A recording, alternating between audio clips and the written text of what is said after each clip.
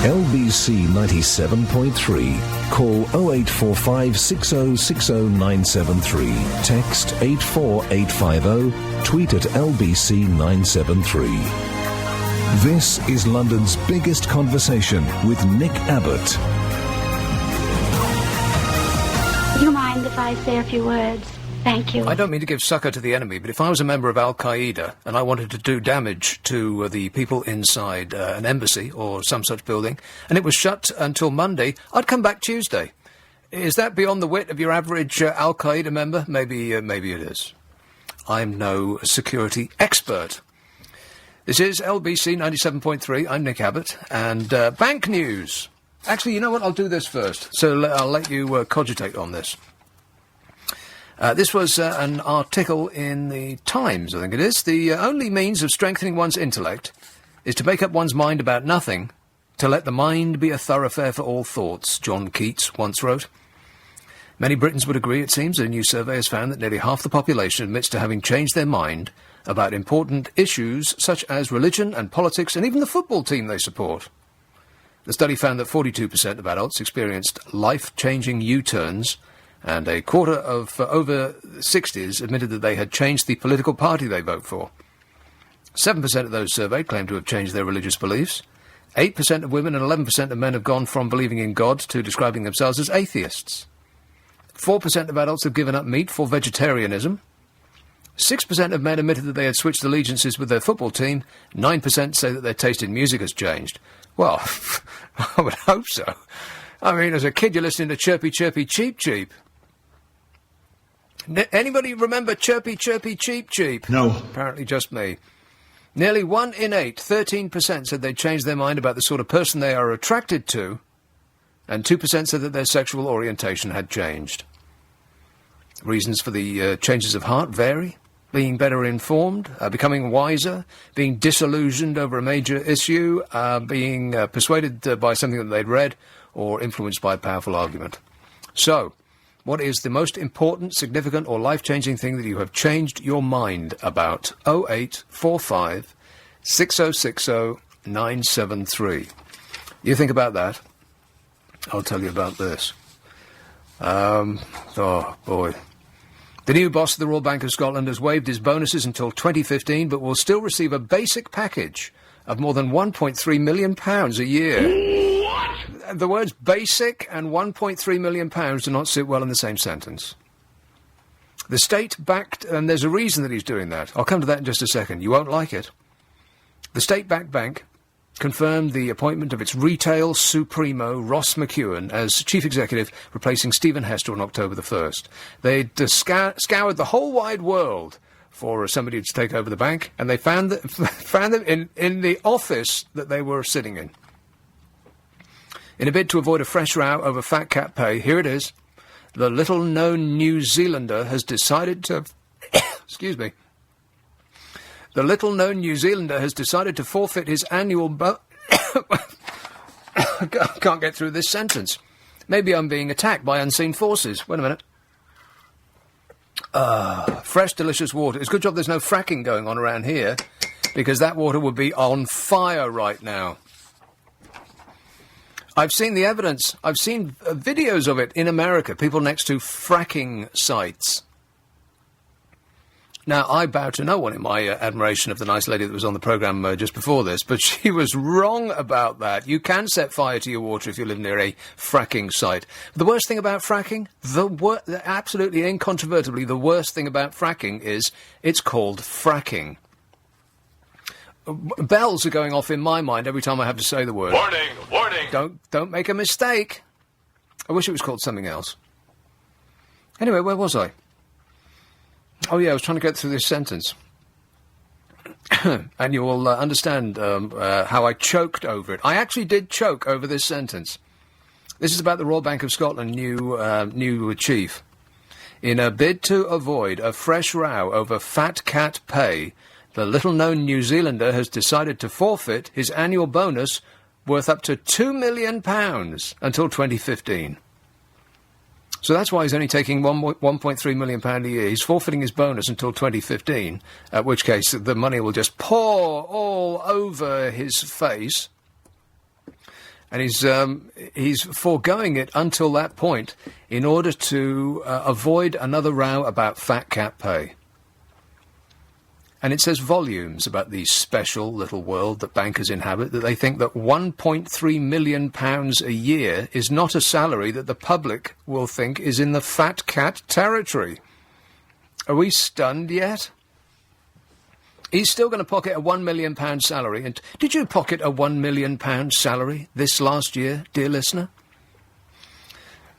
And on top of that, £350,000 cash payment instead of a pension, and £3 million in long-term share awards, which could pay out in 2017. Like I said, the money is just going to be pouring all over him. Mr. McEwen is already lined up for a controversial golden hello.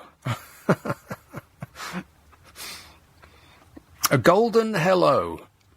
You know what? Don't put that in an internet search engine. He's lined up for a controversial golden hello payment from RBS of about £3 million when he was poached last summer for his role as retail chief at the Commonwealth Bank of Australia. He received £1.6 million of that last month. So that £1.6 million and £1.3 million is 2 and 6 is that's practically £3 million in his first cheque. No wonder he'll be able to scrape by on only £1.3 million in the coming year. Deborah Hargreaves, chairperson of the High Pay Centre, said, "It's good that he's giving up this bonus. Most people would think that £1 million is more than enough to live on, and would question why someone running a state-backed bank needs a bonus in the first place." Correct. Absolutely correct in every respect, Deborah. I'm dying over here. Chancellor George... Oh, wait a minute. I'm not on the right page. Just one moment. Chancellor George Osborne welcomed the new RBS boss, saying he was impressed by his vision of RBS as a strong, UK-centred corporate bank that is focused on supporting the British economy. RBS chairman Sir Philip Hampton said Mr. McEwen was the only candidate who had been offered the job and described him as a great champion for consumers. Yeah. Because that's what we expect of banks, for them to be on our side, to be champions of consumers. They're our friends. It's the way he tells them. Shares in RBS fell by 3.3%, as the bank revealed that it had set aside another £185 million to compensate customers mis-sold payment protection insurance.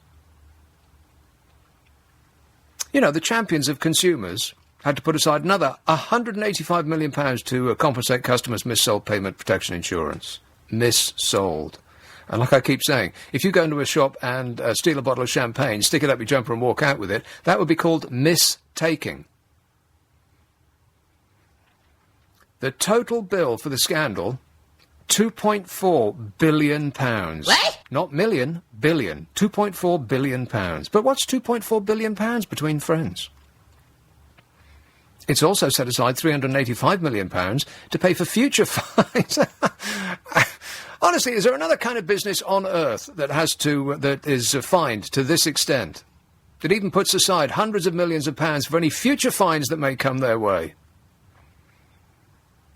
They've set aside £385 million to pay for future fines and lawsuits, including a likely fine from the European Commission for rigging LIBOR interest rates. Well, the clue's in the name, LIBOR. Well, fingers crossed they haven't been engaged in any other nefarious and criminal activities that have yet to come to light. Hands up those who think that they might have. Now hands up those who think that they won't have. Well, that's overwhelming. You can take great comfort in the fact that there are absolutely no other scandals, banking scandals on the horizon. Because the one that they are trying to deal with at the moment, or the second one that they're trying to deal with at the moment, after LIBOR, is costing them more money than I thought actually existed on Earth. The cost of PPI mis-selling is now more than double that of the Olympic Games. One of which, so the PPI on the one hand cost twice as much as the Olympic Games. Only one of these things made the public happy. Lloyds became the latest bank to announce it's putting more cash aside to deal with compensation claims. Consumer Group Which, who I believe we have to thank for all of this. Because without them, none of this may have happened. They may have just got clean away with it. Consumer Group Which claimed £18.4 billion has been set aside across the industry to tackle the ongoing surge in PPI complaints, eclipsing the £8.9 billion cost of the Olympics. I mean, just think for a second what they built with around the Olympics. Have you seen Stratford lately? It's got a park with a river running through it. They've got reeds and everything. There's tiny little flatlets as far as the eye can see being thrown up. They're charmless and have no architectural merit, but it still cost a lot. And it is as naught compared to the PPI mis-selling scandal. Actually, if you killed somebody, would you be guilty of mis-killing or mis-hitting or mis-shooting? It's a whole different ball game when it comes to the banks. None of whom are guilty of doing anything whatsoever, but they'll be fined billions and billions of pounds. No one goes to jail. £18.4 billion fraudulently taken from the British taxpayer. Not one single person's been charged. No one is going to jail, and it's business as usual and bonuses all round in the banking racket. The group chief executive of one bank said his bank is working to ensure our customers' complaints are addressed efficiently and fairly. This is Lloyds. However, Which magazine raised concerns over a noticeable drop in uphold rates of PPI-related complaints made to Lloyds Banking Group by customers. Less than half of these types of complaints were upheld across the group in the second half of 2012, compared with 87% in the same period a year earlier. And when the Financial Ombudsman Service, which resolves disputes when customers are unable to come to an agreement with their bank, looked into it, they upheld 86% of the PPI-related complaints made about Lloyds TSB in the second half of the year. So the Financial Ombudsman Service upheld 86% of those that were refused by Lloyds. So they say one thing and they appear to be charging in an opposite direction. Which Executive Director Richard Lloyd said the cost of the PPI mis-selling scandal now stands at more than double the cost of the Olympic Games. We have repeatedly raised concerns with the banks, regulators and Financial Ombudsman Service about the worrying variation in quality of PPI complaint handling. Lloyd's customers have seen their PPI claims rejected, were recently urged by consumer campaigners to fight on for compensation after an undercover investigation into the bank by The Times found evidence of failures in processing complaints. Lloyds said at the time that immediate action would be taken, and it believed that the comments noted by the newspaper to be isolated. Lloyds has said that PPI complaints now account for a smaller proportion of complaints received by the group. Well, that's absolutely priceless. Does that mean that they get a huge amount of complaints about other things they do? It's a ringing endorsement. Last month, Chief Ombudsman Natalie said signs of bad practice in PPI complaints handling procedures were adding to an atmosphere of universal suspicion and distrust among consumers. Banks have blamed claims management firms acting on behalf of consumers for slowing down the process and making it harder for them to weed out genuine claims from bogus ones. Yes, well, that's quite true. The banks are worried that people may be trying to extract money under false pretenses, which is their territory. It's certainly a good job that there are no further scandals on the horizon, except for the bad news that will follow. 0845 6060 973. The undercurrent of the programme will be U-turns. What is the most important, significant or life-changing thing that you have changed your mind about? 0845 6060 973. Nick Abbot, LBC 97.3. 97.3. LBC 97.3. Call 0845 6060 973. Text 84850. Tweet at LBC 973. This is London's biggest conversation with Nick Abbott. I think this is nonsense. 0845 6060 973. What is the most significant, important or life-changing thing that you have changed your mind about? U-turns. 0845 6060 973. First, a suggestion in. Jordan says, I've changed my football team from Arsenal to Brentford, and I don't regret it. How are Brentford doing? I know how Arsenal are doing. It's like, meh. Year after year after year. Meh. Brentford. How are Brentford doing, Sam? Not very well. Really? League One, I think. Well, how are they League doing Two. in League One, though? Don't know, it just started today. I'll have a look. OK, we're checking. Stanford La Hope. Hello, Val. Okay. Val. Yes, hello. Yes, Val. Yes, I'm just first time calling. Sounds like. I'm just calling today because I have had so many loans in the past, and Would you like time to collect your thought? yes. OK, I'll put you on hold. 0845 6060 973. And we're off to a flying start. Drilling has started in Balcombe, despite ongoing anti-fracking protests, which is what Nick was talking about there. Quadrilla, the energy company, began drilling for began an exploratory well for oil. A rig 78 foot high has been erected on the site. Oh, I bet it's a magnificent site. The drill's around 18 inches at the top of the wellhead, and at the bottom... We're looking at 10 inches. More or less. It's expected to take weeks to reach its target depth of around 3,000 feet before going horizontal. When was the last time you went horizontal? Yeah. Quadrilla will then wash out the drilling waste with acid and send down a sensor to explore for gas and oil. And a spokesman said Quadrilla, is that 4 drills? Quadrilla can confirm that it has commenced test drilling at the Balcombe site.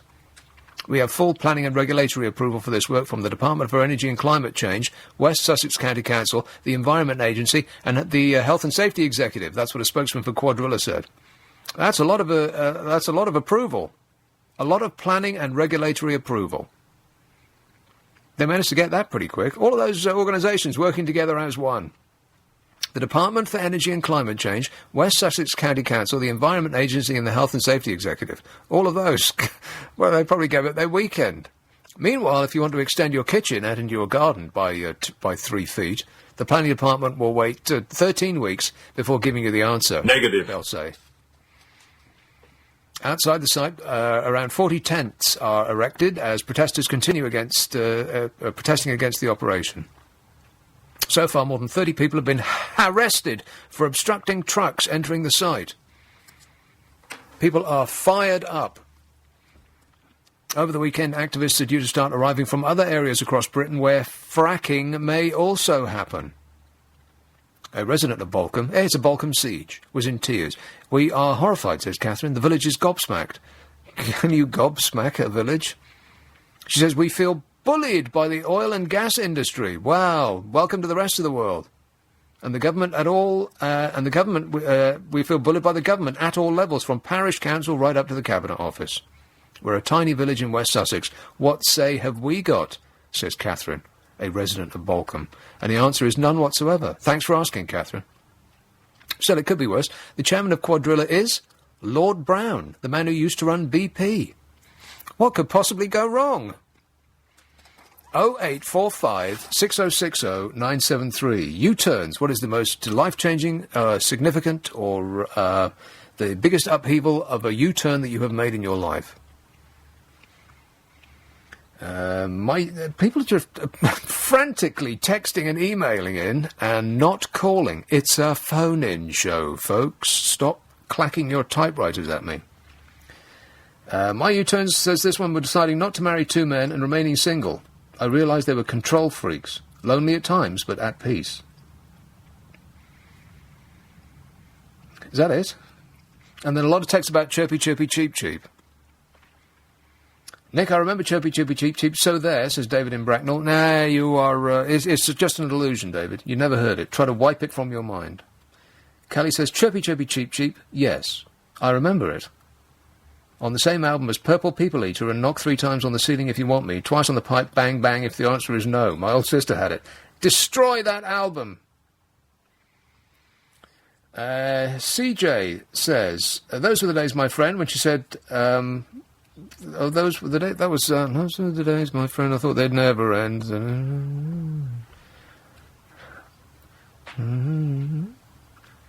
Who was that? I have no idea. Yeah, why would you have any idea? You're like 16. You've got no clue. Those were the days, my friend. I thought they'd never end. When she said, Mama, he's making eyes at me and life was chirpy and very, very cheap. Bring them back, says CJ. No, do not bring them back. I mean, music is rubbish these days, but it's not that bad. Well, actually it is. Some of it is. It's always... The charts have always been... have had a healthy dose of absolute tripe. It was true then, it's true now. Who's calling Romford? Hello, David. Hello, Nick. David. I just phoned up to say how fed up I am with these NIMBY-type people in the countryside in their affluent lifestyles. Who, people in the countryside's affluent lifestyles. Which countryside are you talking about? Surrey? Well, generally, I mean, you have to be affluent to live in the countryside because there's no other means of earning a living out there. There's little in the way of employment. Often I've wondered what those people do. You drive through a village and it all seems, people are getting along and living their lives and going to the supermarket and, buying buns and whatever else it is they do out there. And I thought, what do these people do for a living? Well, I don't know. They must be wealthy. So, when economic reality comes knocking on their door, they just start moaning because their little bubble was being burst. Have you got a garden, David? I've got no sympathy for them. Have you got a garden, David? I can't afford a garden. I can't afford my own home. Right.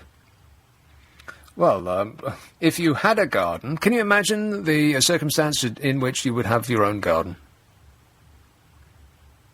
Can I imagine the circumstances? That is what I said. Yes.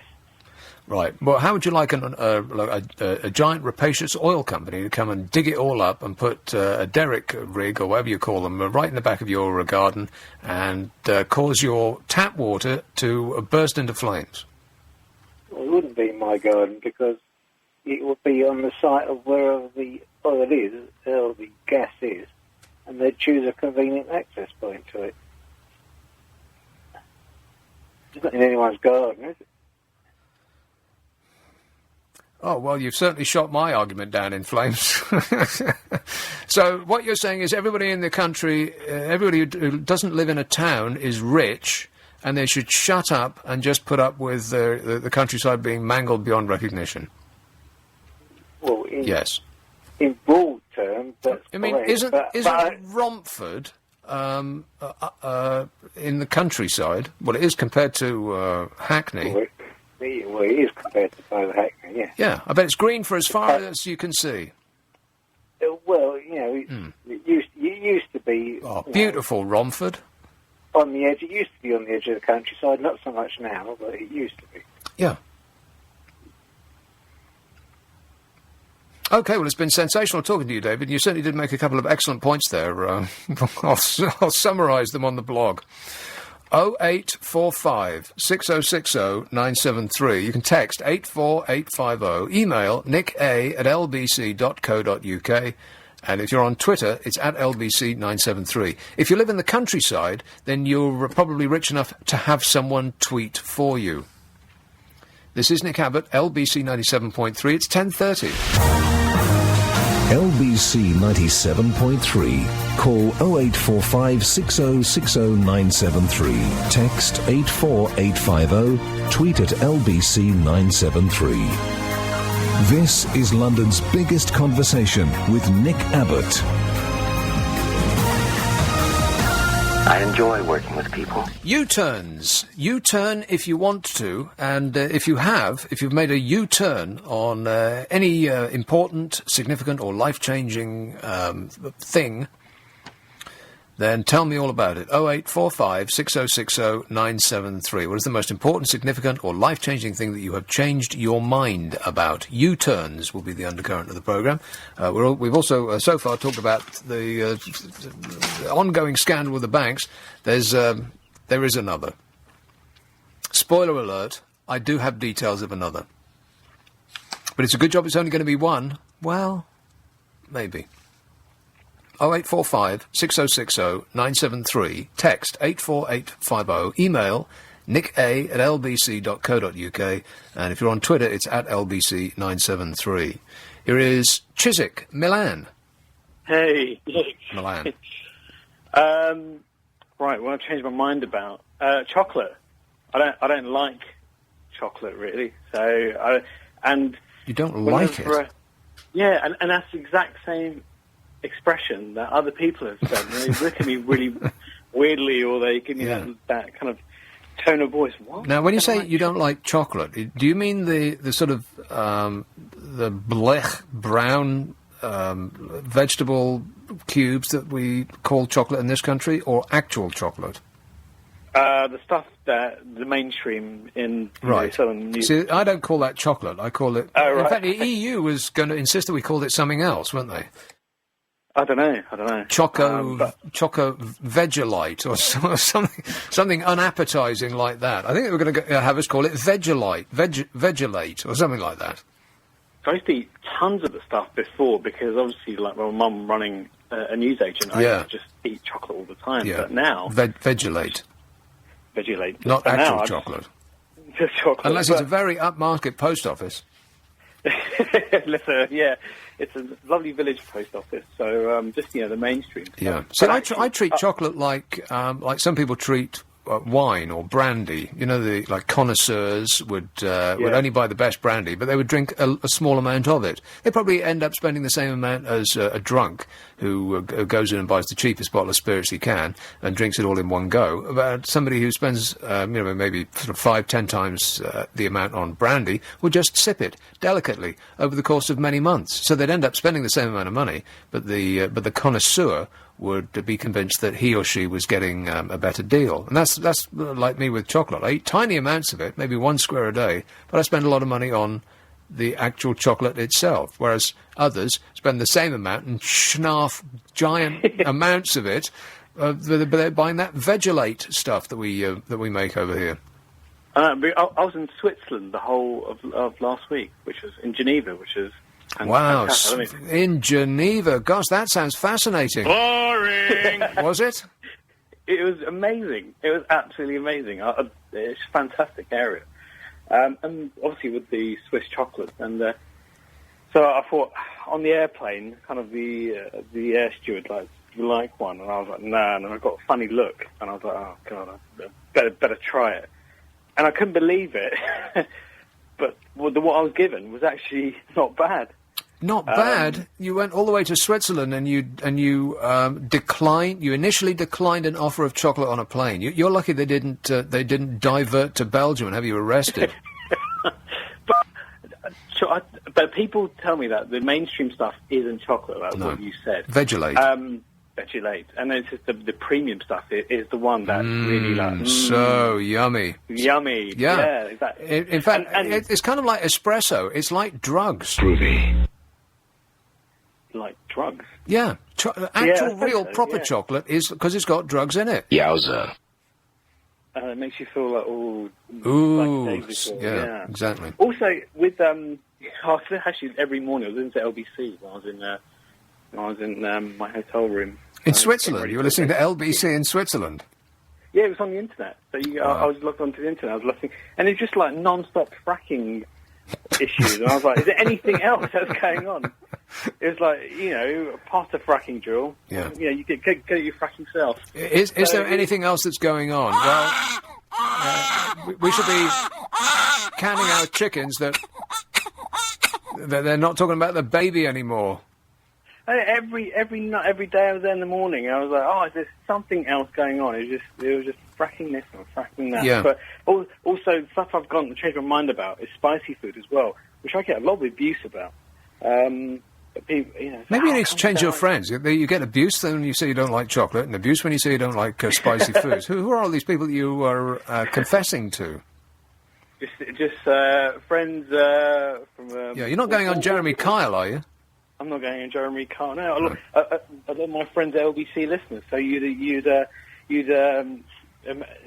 find that they're also of a certain ilk. So, what was the nature of the fracking argument then? Was it that people they sounded like a lot of NIMBYs and they're not interested? If it's going to ruin the countryside and interfere with the traffic down windy B roads and all the rest of it? Were they firmly embracing it? The former, I bet. Well, it was.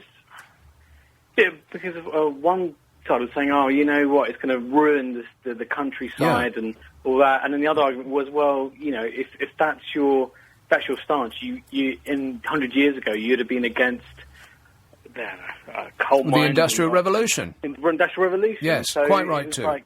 It's like you're against change, but then once it's in place, you just get used to it. And well, things I mean, change. you get used to somebody hitting you lightly on the head with a hammer, but it doesn't mean it's a good thing. That reminded me. You know, when you're talking about the banking, the scandals. Yes. I remember we talked about this before, because when I read this before, I just thought, because we're so immune to it, it's just like another one. And I remember the example you gave before was, I leave my finger on my other hand, and if I leave it there, I just get used to it. Yeah.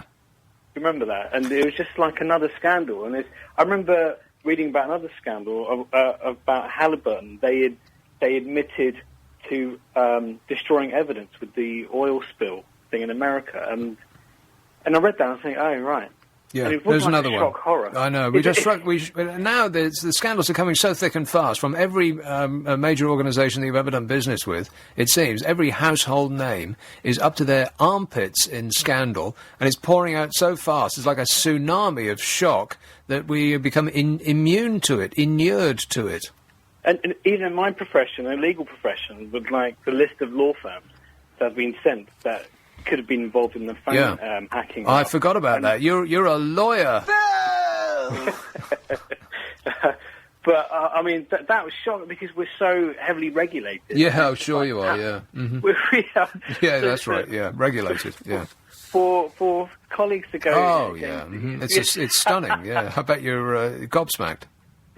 But there are, it's all of us in the profession. We're always trying to find out who are the firms on the list. Yeah. Like, well, just I'll send you a mirror in the post. You don't need to seek out the criminals. You just need to seek out yourself. Well, why don't you like lawyers? Well, where shall I begin? I don't have enough time. I've only got 2.25 hours now. You'd like me if I was your legal advisor. We're pretty...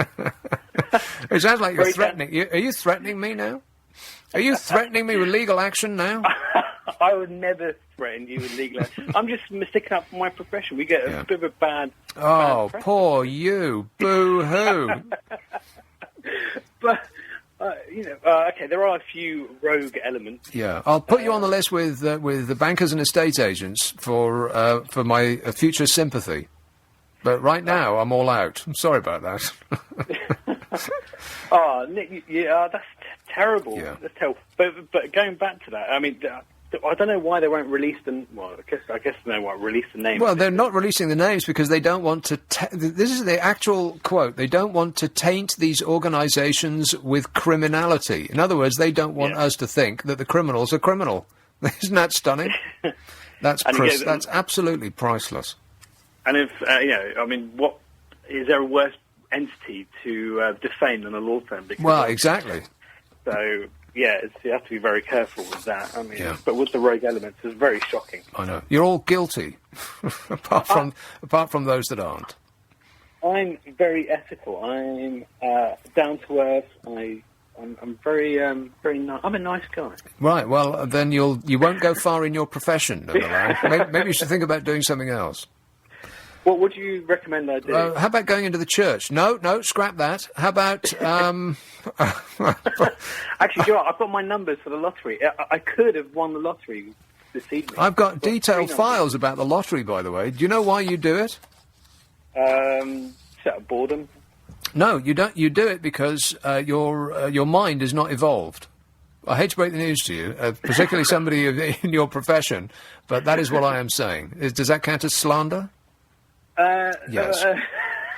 Well, my mind's not evolved. Yeah, you're practically a caveman, Milan. Well, in certain respects, with the way I eat, and but I thought, but then you do the lottery just out of boredom. You just go, Oh, that's right. Throw it back at me. But isn't that the case? Yes, it is, and I'm exactly like you. I communicate by grunting, just like you. Exactly, and either one of us is holding the actual numbers. Well, I don't know. I don't know that that's true. Let's find out. Thanks very much, Milan. Cheers, mate. Over 32 million people play in the UK play the National Lottery each week and buy an average of 3 tickets each time. 3? Well, that's a bit silly. 3 tickets. I bet they think that buying 3 tickets... Now, I don't know that this is true. I may be making this up, but I think I'm correct. By buying 3 tickets, you're not increasing your chances of winning by 3 times. You're increasing your chances of winning by an infinitesimally small amount by buying 3 instead of 1 ticket. And that's part of the reason why people buy them, is because their brains are uninvolved. And I include myself in this category. 32 million people in the UK play the National Lottery each week and buy an average of 3 tickets each time, despite the chances of winning being just 1 in 14 million. 1 in 14 million? I had to play this game 14 million times to win 3 million quid. That's 14 minus 3 is 6. Even if I win, I'm going to lose £6 million. Fabulous. It's this slim chance of success that makes us keep playing because, apparently, our brains cannot cope with how little the odds of winning actually are. And when our brains are confused, we're more likely to be duped by marketing. I'm confused. Despite our brains evolving to be able to make complex calculations, when faced with a problem we can't solve, particularly mathematical, our brains revert to making crude and fast decisions, such as buying a lottery ticket. This can also lead to people experiencing what psychologists call magical thinking, when superstition or gut feeling overrides logic. One reason for this is that confusion and uncertainty activates a part of the brain that makes us desire a solution. When someone doesn't know what to do in a certain situation, the brain will search frantically for an answer, and this can lead people to think that something is factual or realistic, even when it's false or a superstition.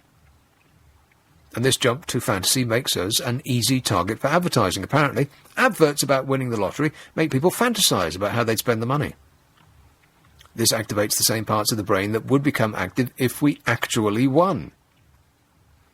But this only lasts so long, and positive reinforcement is needed to sustain this feeling. And lotteries are designed to give people near misses, by letting people win from 3 numbers, for example, and this makes people want to try again. Most players don't realise it's an illusion, and the odds of winning actually get worse with each successive match. The lottery appeals mostly to poor people too, despite having less disposable income to gamble. The lottery is a way to raise the ceiling on what can happen to you. So if you're reminded of your poverty, it makes the idea of lifting the poverty a more salient motive. Lottery tickets become much more attractive at that moment. And for many poor people, even though the lottery may have a low chance of success, so is getting a job with a 6-figure salary. So people just decide to give it a go. What the hell?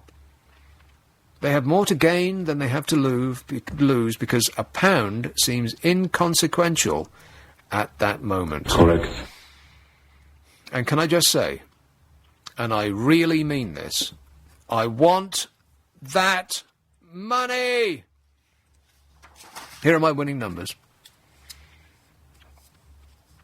Where are my winning numbers? Oh no, I've lost it. Ah!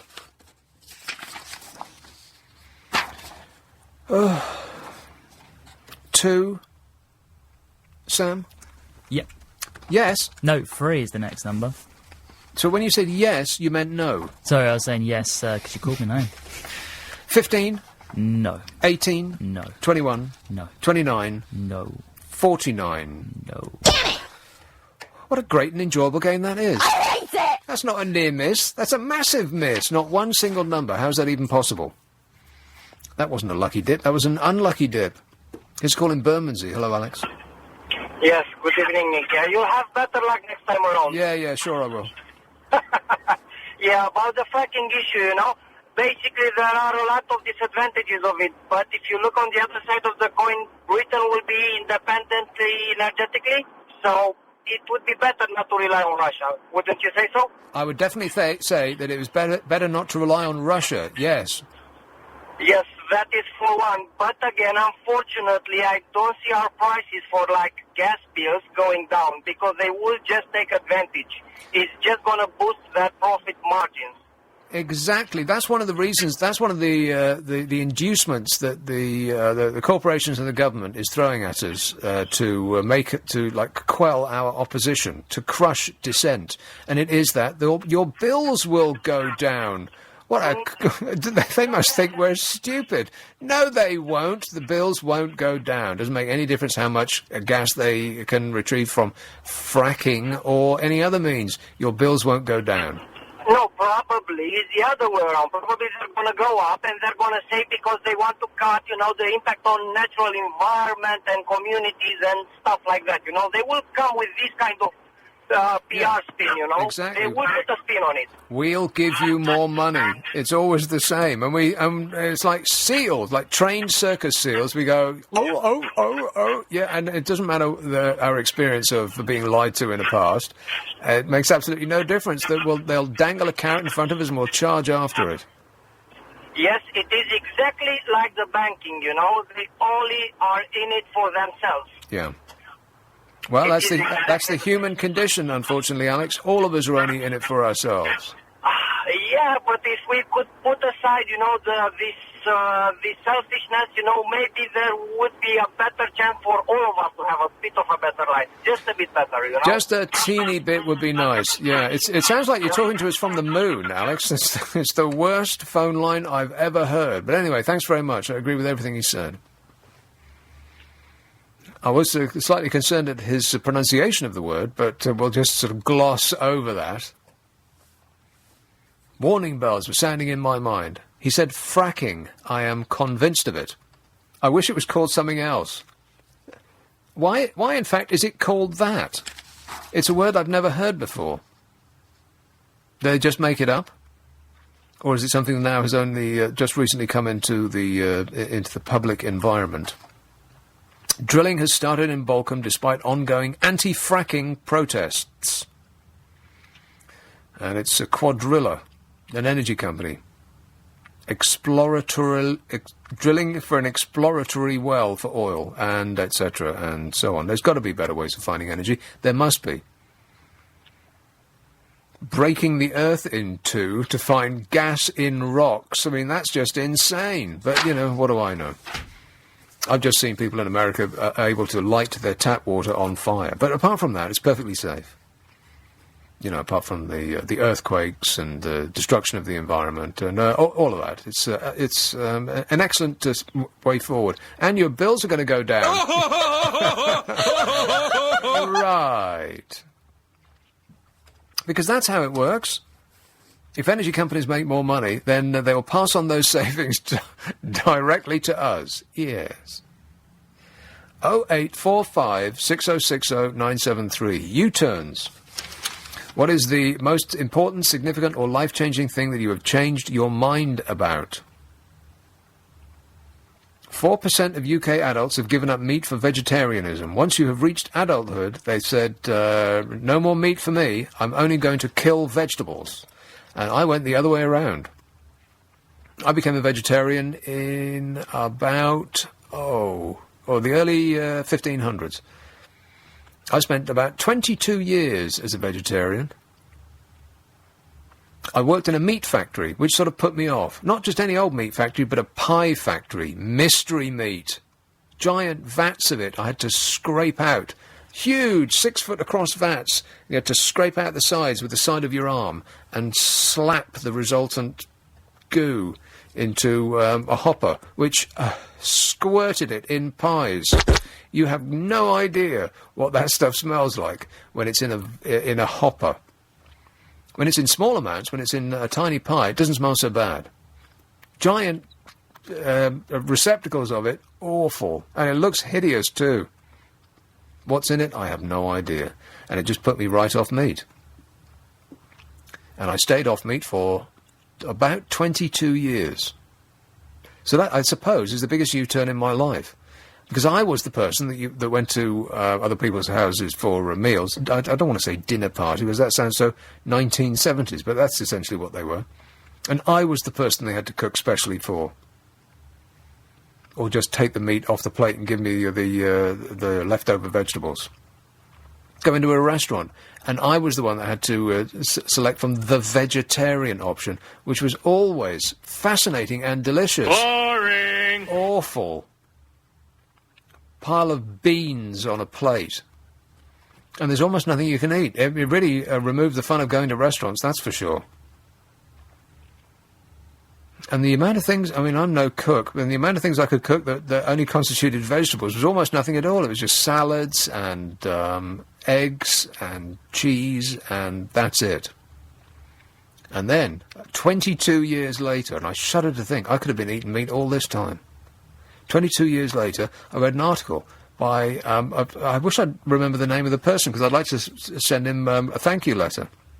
And he said he had my almost exact experience. He'd been vegetarian for about 20 years, and he woke up one morning and thought, why? Why am I still a vegetarian? I mean, it's not because I'm concerned about the fluffy bunnies or about animals getting killed. That wasn't it at all. It's just that the thought of it put me off. And he thought to himself, why am I doing this? And he couldn't come up with a reasonable explanation or any argument that would sustain that way of life. And he changed on the spot to a meat eater. And I thought, yeah, why am I still doing this? Meat. There's a reason that people like it. It's because it's so delicious. The first thing that I ordered in a restaurant almost put me off meat for life, almost ushered me back into the arms of vegetarianism. Face of cow, tête de veau, sauce gribiche, one of the most hideous things I've ever put in my mouth. Awful.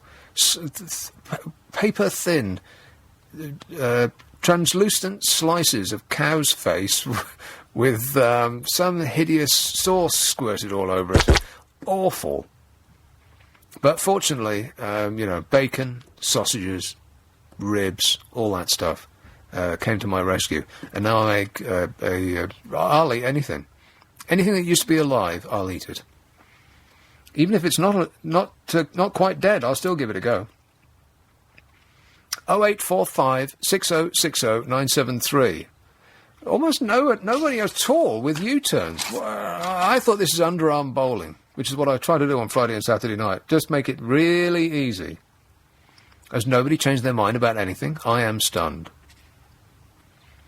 A couple of texts and emails on that subject. Nick, I've decided to become more decisive. Do you think it's the right thing for me to do? Another, my army bosses sent me off to be an officer. After a few weeks, I realised it wasn't for me and asked to be returned to my unit. I can understand that. Some people don't like the life as a boss. Too much pressure, too much stress, too many decisions to be made. And another says, a man stopped me in the street and asked for money for a drink. I said, no, you may spend it on food or rent. I went to walk on by, but I changed my mind and I went back to give him the money. A man stopped me in the street and asked for money for a drink. I said, no, you may spend it on food or rent. Does that mean, is that a joke? It's not. It's, right, so he didn't, because it reads like he was asked for money for a drink, and the reason he said no was that he was fearful that he might spend it on food or rent. It sounds like a joke. It was a homeless man. Right. So he's giving him money with conditions. Oh, I see. And then he went to walk on by, but he changed his mind and he went back to give him the money anyway. Well, it doesn't sound like you're part of the solution, Don. It sounds like you're part of the problem. Never mind, Dave. Better luck next time. Thanks for your effort. Another. I won't vote Lib Dems again after supporting them all my adult life. Hashtag sold down the river. I don't think I've ever hashtagged anything in my life. I don't really understand the concept. Hashtag sold down the river. Jimmy says, I've changed the political party I vote for. It's called the Nowhere Party. At least it may get me somewhere. Let's have some more calls in the next hour, eh? 0845 6060 973. On the subject of banking, Frankie says, bankers... O-O-H-H-U-H-H-H. What on earth does that mean? Uh-oh, I think. Well, you cut it and you'd have pasted to it. decide. I have got no idea. Don't get me wrong, love to make money, but when the phenomenon called greed takes over, then people are capable of almost anything. I think there needs to be some editing on your part, if you wouldn't mind, ever so much. Please, pretty please, with sugar on top, can you edit some of these people's thought? 0845 6060 973. What is the most important, significant, or life-changing thing that you have changed your mind about? U-turns. Text 84850. Email nica@lbc.co.uk. If you're on Twitter, it's at LBC973. And the phone 0845 6060 973. LBC 97.3. Call 0845 6060 973. Text 84850. Tweet at LBC 973. This is London's biggest conversation with Nick Abbott. Well, let's get back to it. Somebody has furiously just emailed me about vegetarianism and said that, or rather the obverse of it, and has said that eating corpses is not funny or healthy. Oh, but they're so yummy. Eating corpses. Well, that kind of put me off my dinner. Thanks for that. A new survey has found that nearly half of the population admits to having changed their mind about important issues such as religion, politics, and even the football team they support. Half. That is, half the people that are listening to this show right now. Would you like to share it with me? 0845 6060 973. Now, it's only fair. I've shown you mine. You show me yours. Half the population admits to having changed their mind about important issues such as religion, politics, or even the football team they support. So, what is the most important, significant, or life-changing thing that you have changed your mind about? Let me rephrase that. Have you changed your mind about anything in your entire life? 0845 6060 973. Oh, here comes the information about something we were talking about some moments ago. Those Were the Days was by Mary Hopkins, is the right answer. Now I remember. Rock and roll! Mary Hopkins. Whatever happened to Mary Hopkins, who cares? Clapham, hello, David. Hello, hi.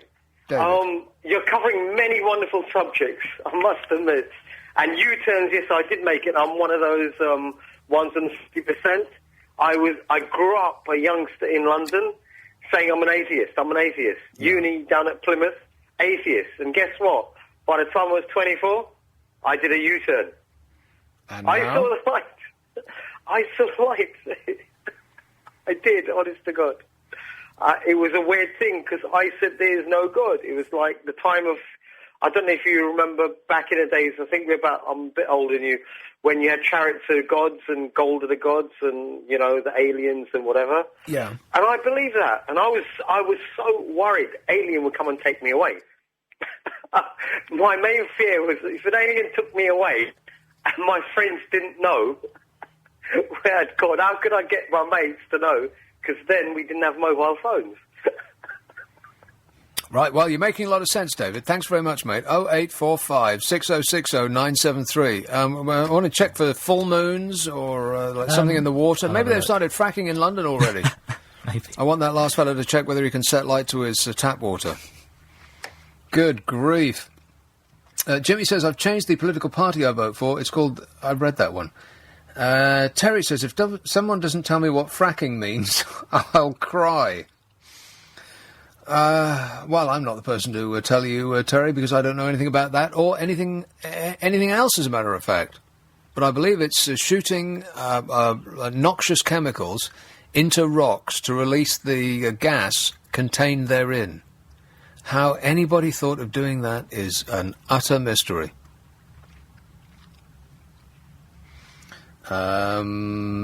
This one. Oh, Gord, you should have seen the size of the spider I hoovered up last night. What on earth has that got to do with anything we're talking about? There was no way I would have gotten to sleep with that prowling around the place. They're going to be massive this year. Hi there, Nick. Regarding the lottery, if you buy 3 tickets, you do increase your chances threefold. You have a 1 in 14 million chance of winning with 1 ticket, a 3 in 14 million chance of winning with 3 tickets. And if you buy 14 million tickets, you have a 14 million in 14 million chance of winning, and that means you are certain to win. It is this fact that those large syndicates use when there is a rollover, because if you buy all 14 million tickets and the prize money had rolled over to be more than 14 million, then you will make a profit. How can anybody buy 14 million tickets? That has to be an absolute impossibility. And I'm not sure that that's actually correct. That's it. Wow, is this thing on? Hello? 0845 6060 973. Bank scandals. It's a good job that there's not another bank scandal on the horizon, except add-ons by banks may be the next crisis.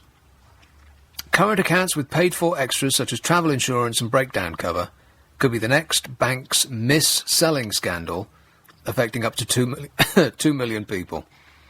Claims companies have started to hit banks with claims for mis-sold packaged current accounts, which charge a monthly fee for add-ons that some customers do not need.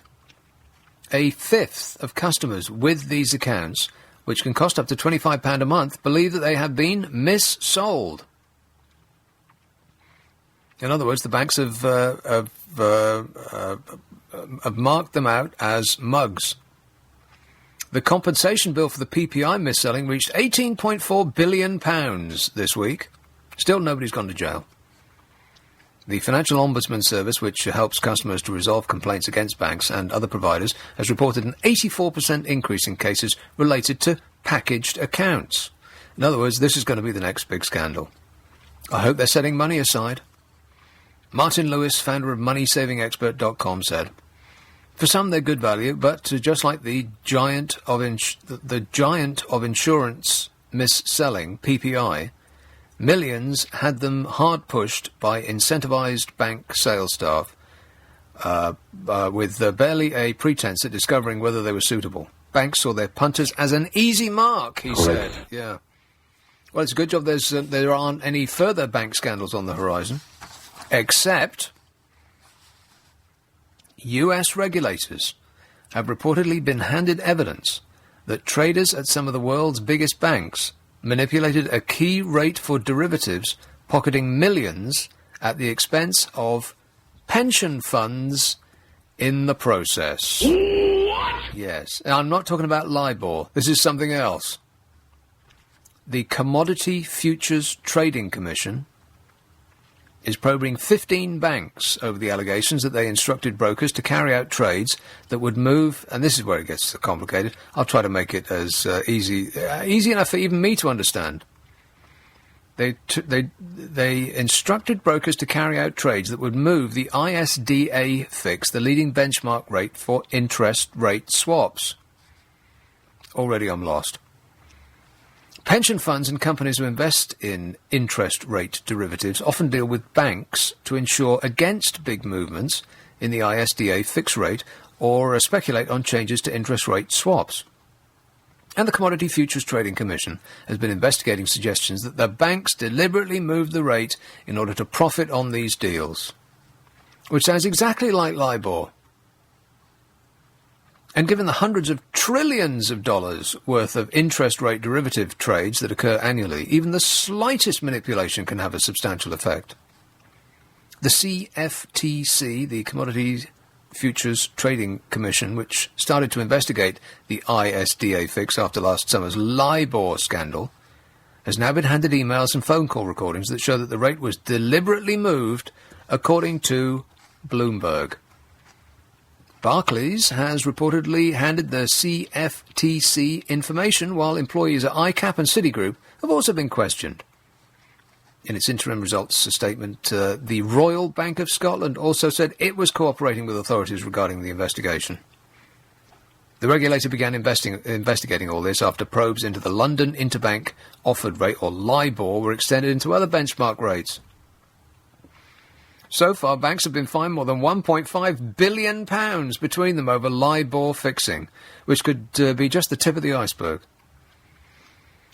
Is there a business that is more crooked and conniving and dishonest and downright criminal than the banking racket, outside of, let's say, the mafia? No. And that's the business we've decided to make our own in this country. To compete with all the other countries to see how far we can concentrate their evil doings on these shores. It's like we've gone to bed with The Sopranos. There can't be a more bent industry on earth than the banking racket, and most of the bits of it that aren't in America are festering right here, in jolly old England, turning the air sour. And if they're found guilty of this latest charge, no one will do time, no one will be charged, none of them will lose money, and at most they'll just have to give some of it back. And what more evidence can there be that they have taken over the world, those parts of it that aren't run by the military machine and the food conglomerates, and we're all in this together. Blah, blah, blah. 0845 6060 973. Is there any organisation or person that still has your trust? I mean, after we've heard about the NHS and the police with the Serious Organised Crime Agency and the MPs and the press and the banks and the corporations spying on us and TV and radio shows hosts are all behind bars. Is there any organisation or person that still has your trust? 0845 6060 973. Nick Abbott, LBC 97.3. LBC 97.3. Call 0845 6060 973. Text 84850. Tweet at LBC 973. This is London's biggest conversation with Nick Abbott. Hello. Brentwood. Hello, Bill. Hello, Nick. Evening, mate. Bill. I was just saying to your researcher, I just caught that bit on Ian Collins' show, the journalist woman, well-educated. She writes a column or something for a newspaper, and when she said it gets on fire, some of the water, she said, oh, it's posh balderdash, more or less, you know what I mean? Yeah. And I thought, well, I followed the same documentary probably as you on RT, and it was in Texas, and the guy let the water in the river and coming out of his tap. Yeah. And it was, some of the kids were ill, you know? Well, if you drink water that you can set fire to, that might do it to you, yeah. Well, it set fire to where the cattle used to drink, you know? So the gas was coming out into the river. I'm not saying it'll do it everywhere, but it actually happened. And fracking, I'm just guessing, maybe it means fracturing. You know? Well, for fracturing would be a better way of putting it. Can they not choose a different word? Yeah, it might be an American term, you know, like... All right, well, they can keep it. Yeah, and the one about the homeless man, I think it's an old Billy Connolly joke. A tramp comes up and asks for money, and some guy says to him in a very snotty voice, he says, have you got a quid, mate, to buy a cheese roll? And the guy says, there's £2, my young man. He says, don't spend it in alcohol. And the tramp closes his hands and says, don't tell me what to do with my money. Thanks a lot, Bill. 0845 6060 973. U-turns. This is underarm bowling, boys and girls. What in your life have you U-turned on? What important, significant, or life-changing thing, or even unsignificant thing, have you changed your mind about? 0845 6060 973.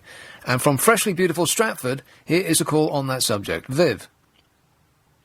Hi, Nick. Viv. Well, what I've changed my mind about is I've changed my mind that I can fix people. Fix them? Fix them, yeah. I used to be the world's greatest psychologist, the world's greatest problem solver, and a right know-it-all, and I thought I could fix everybody. Yeah. And I've completely changed my mind about that now. I realise I know very little. Well, is it necessary to know much, or do you just need to be a good listener? Sorry? What was the nature of your fixing? Were you just listening to their problems, or were you actually giving them advice? Well, I think I was listening to them. Well, I thought I was listening to them. I wasn't. I thought I was listening to them, and then I thought I was giving them my expert advice, which, when they didn't take, was... irritating. It just meant they were an idiot, and basically, you know... Right. Why can't they listen to you? Yeah. And so, well, what was the circumstance of your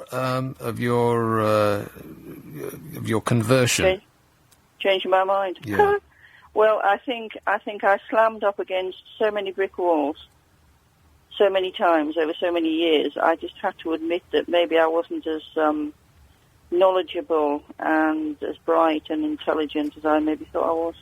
Well, maybe it's that the advice that you were giving was excellent in every regard. It's just that the people who were hearing it didn't want to admit it or didn't want to immediately change their mind. I mean, did you follow up later, and perhaps they followed your advice later? They just didn't want to lose face by following it immediately? Well, I think I totally had the wrong idea about even wanting to change people. I realise now it wasn't even my job. It wasn't something I should ever have got into. Right. I was married to an alcoholic, and I was trying to fix him for years, trying to get him off the booze. Any success? And then realised that actually I couldn't. Sorry? No success? None whatsoever. He's thinking like a fish today, 20 years later. Well, if at first you don't succeed, give up. That's my advice. Well, yeah, I wish I'd done that the first week. But unfortunately, I just thought I knew better than everybody else. And, well, that sounds like a psychologist. What? I thought I knew it better than everybody else. Yeah, exactly. Yeah, All right. Absolutely, yeah. Thanks a lot, Viv. Thanks for, on behalf of the human race, thanks for trying.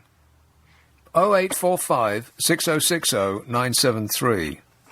Well, it's a good job that there's not any more scandals on the horizon concerning banks, except banks and building societies have, since January this year, knocked nearly £850 million off the annual interest paid to their customers. The cuts coincide with banks making billions of pounds in profit in the first half of this year. Isn't that astonishing that they did not pass that on? The clawback, buried in the details of a report published on Monday by the Bank of England, affects existing customers who hold easy access savings accounts. More than 750 cuts have been made to these accounts in just 6 months, despite the Bank of England base rate remaining unmoved at 0.5%. The sharp reduction in interest handed to savers coincided with Britain's biggest banks making billions of pounds in profits for the first half of this year. Whitewashing their reputation? I don't think so. It's like they just don't care. Well, why would they? Nothing they've done so far has hurt them in any way, shape or form. Cuts to rates used to lure new customers in the wake of the government's Funding for Lending scheme, which a year ago gave banks access to £80 billion of cheap capital, have been well documented. The interest on longer-term savings products has fallen to a 9-year low. For example, the interest paid on 1-year bonds has fallen from 2.06% to 1.85% in the last month alone. It's the first time the figures dropped below 2% since records began in 2004. So essentially, we gave the banks £80 billion of free money, and which they then just kept. Deeper analysis of the report exposes banks for hacking back the rates paid to loyal savers as well. These movements are made behind closed doors, never publicised, and therefore rarely scrutinised. The average rate on an easy access account is now 0.97%. It's truth. This is equal to £485 a year on £50,000 of savings. Well, you might as well just keep it under the bed. By shaving 0.17 percentage points off the return they pay to loyal savers, banks have been able to swell their coffers, make even more money. Based on the total amount of money in easy access accounts, they made $843 million in lost annual interest. So we gave them access. Essentially, we gave them £80 billion of free money. And their response to that was to claw back almost £1 billion more from us. The figures come just as the banks enter their reporting season this week. Barclays reported profits of £3.6 billion. Lloyds Banking Group, which includes Halifax, expected to deliver profits of £2.3 billion. Hip hip for the banks. 3 cheers and all that. 0845 6060 973. U-turns. A new survey has found that nearly half the population admits to having changed their mind about important issues. Half. 50% of the people listening to this show have changed their minds about an important issue during the course of their life. Would you like to pass on what that was? 0845 6060 973. I've got lots of texts and emails. This one says, as a teenager I thought Abbot were commercial and cheesy trash and the Sex Pistols were dead cool. Now I really rate Abbot and Johnny Rotten's gone all dairy. Dairy. Yeah, that's true. Another, I've changed my mind about myself. I know I'm far from perfect and the faults I have still, but I know I'm not that bad now. I don't mind myself. It's made a big difference to me. I changed universities to study in London. Best thing I ever did. Another, when I was 19, I stopped wearing my sister's clothes. Oh, no, not 19, 9. When I was 9, I stopped wearing my sister's clothes.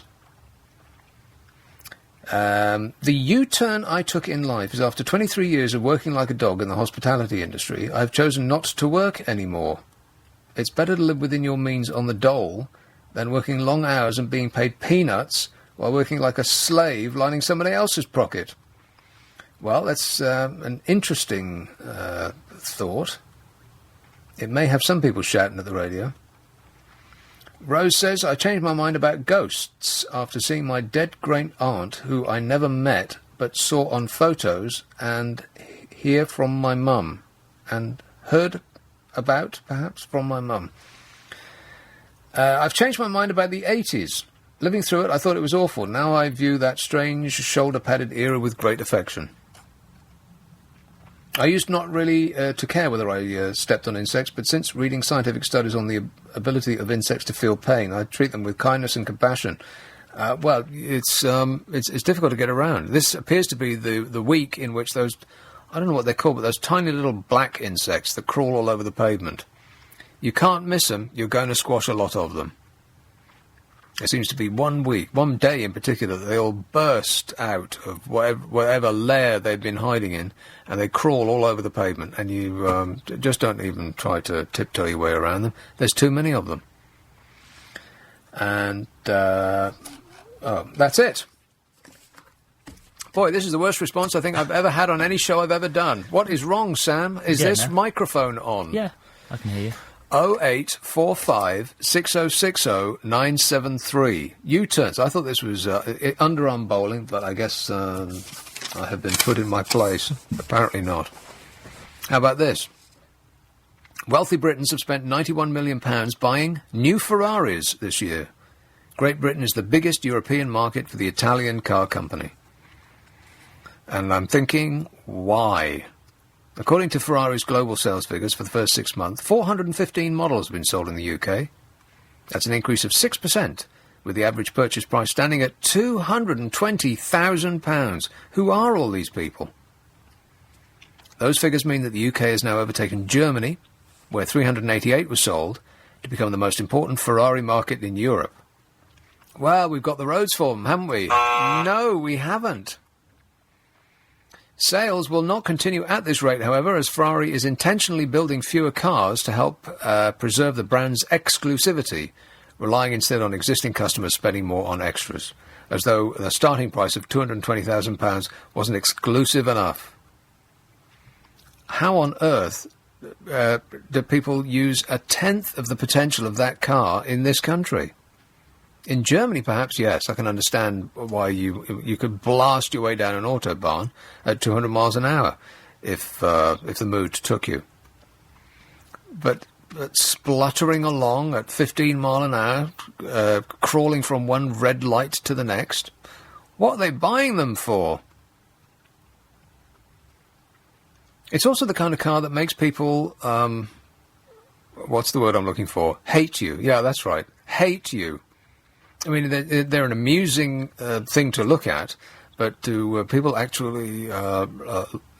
in America, people respect success, but in this country it's kind of the other way around. We don't like to see people shouting about it. So, well, you didn't like U-turns. Well, you didn't like trust either. I threw that in there. I got nothing. How about this? Do you own anything that you can only use a fraction of its potential? 0845 6060 973. Nick Abbott, LBC 97.3. LBC 97.3. Call 0845 6060 973. Text 84850. Tweet at LBC 973. This is London's biggest conversation with Nick Abbott. What number are you calling from? 0845 6060 973. Chigwell. Hello, Joe. Yeah, hiya. I just wanted to say that bus drivers can't stand them. Why is that?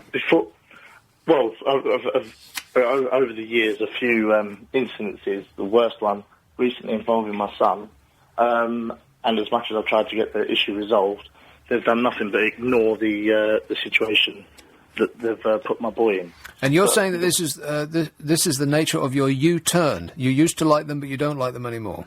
Yeah, before I used to like them. I had no issues catching the bus, and they had to put up with teenagers after school that had nothing better to do but to wind up the driver. Yeah. They had to put up with donuts on a Saturday and a Friday night. They had nothing better to do other than cause a nuisance. Mm-hmm.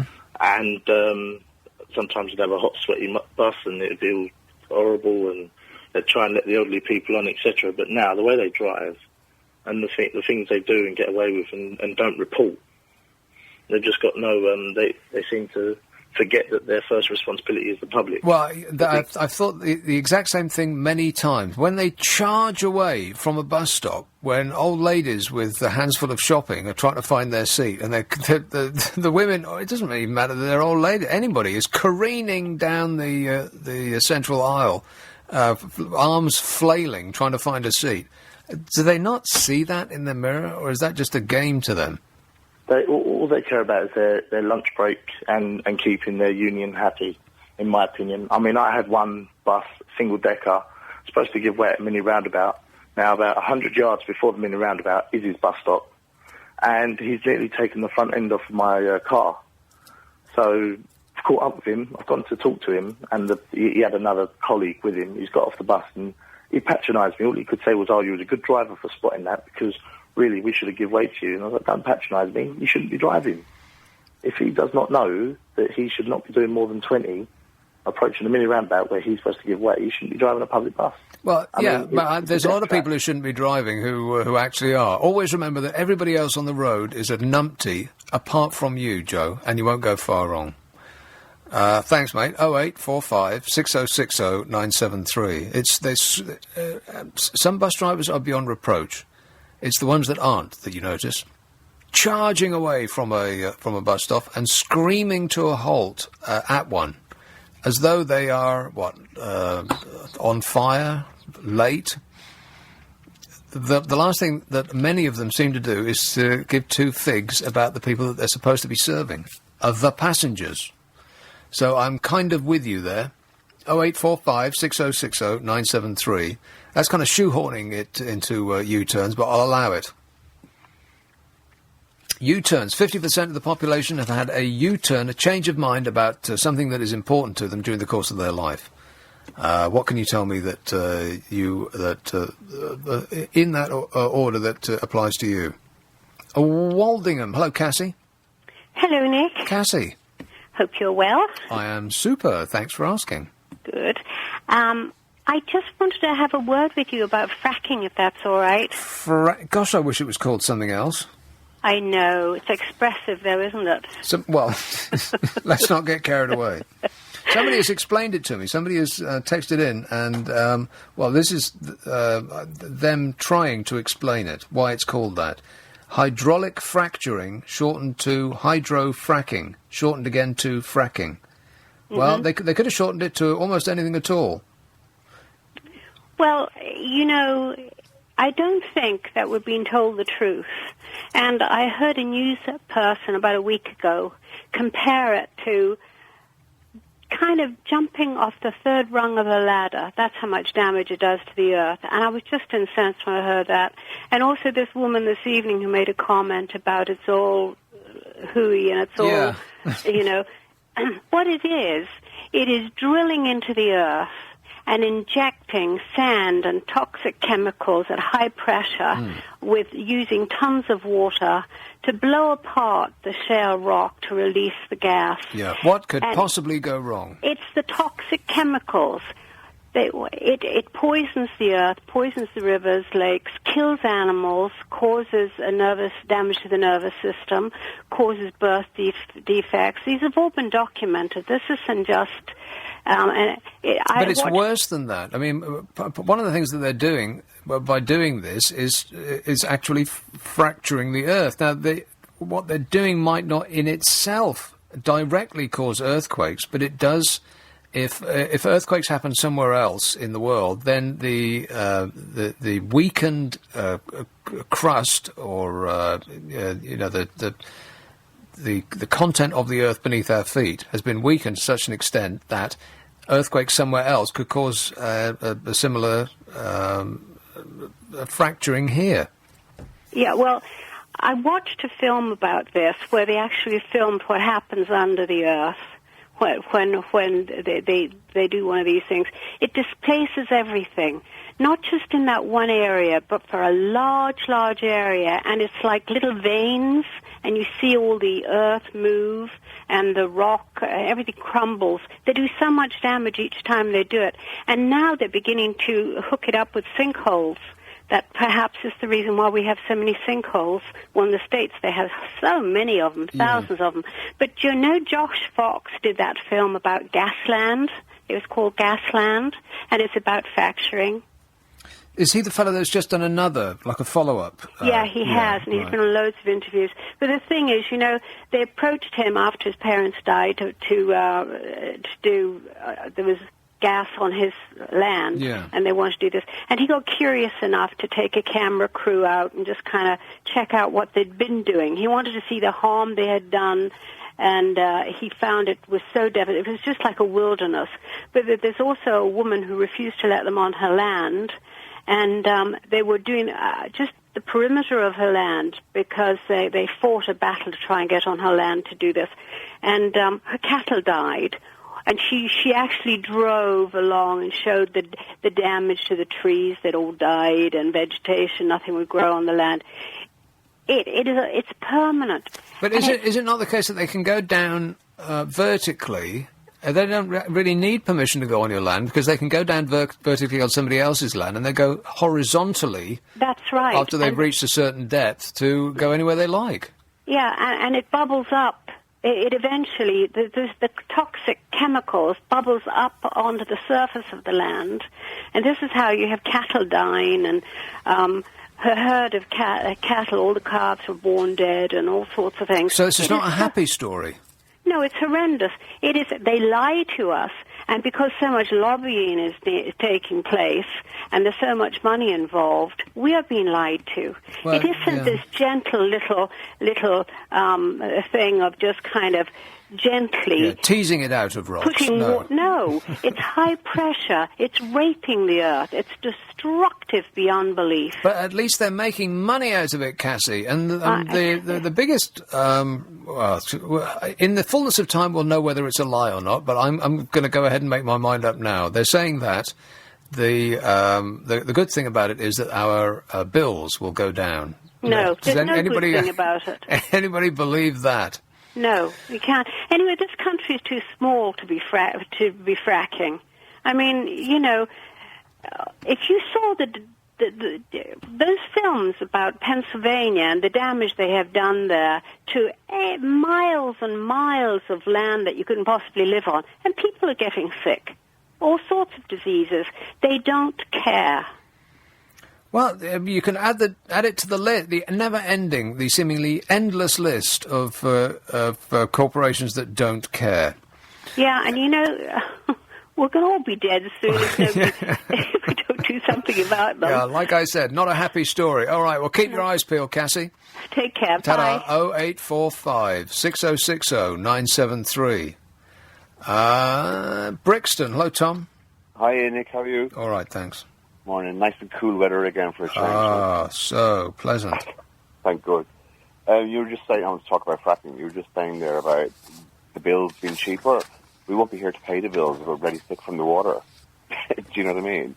The water. Did you see the film Gaslands, the documentary? No, that's what Cassie was just talking about. I haven't seen it, no. I watched it the other night, and I'm telling you, it was shocking. It's just shocking. How they do this, it's really like an earthquake, like a nuclear attack of the rock far down, and it just smashes everything to pieces. And basically what it is it's all the cracks of that rock, or what they're hitting, that's breaking up, you know, and going into the other side. So it's what's coming, the toxins and the poisons from what they're throwing down there, going through the cracks in the rock into the adjoining area. It just seems such an extraordinarily destructive thing to do. There has to be a better way to create energy than that. In such a tiny, packed island like this, there must be. I mean, America is different in that it has vast, open wildernesses with absolutely nothing in it. So that's one thing. But here... Yeah. Well, if you see the film Gaslands, watch it. It's a 2-hour documentary. I think they've done a follow-up to it. The guy won or was nominated for an Oscar for it. He's kind of a Michael Moore type character. Right. But to see all the damage, you know, the people were able to actually set light on the Well, water. I've seen that clip. Yeah. People can actually set fire to the water that's coming out of their tap. Really. Yeah. And all the animals were losing their hair. All the people were getting sick, and the companies were saying it's nothing to do with us, about coming up with all the... Well, it sounds just like short-termism, which is the thing that was going to do for mankind. It's short-term profits. Short-termism, yeah, and it is. And the reality about it is that once you do that, you know, it's just going to cause so much problem to the water. If you get these toxins into the water system, you know, it's going to go everywhere through the whole water system. Yeah. From now on, I'm sticking to beer.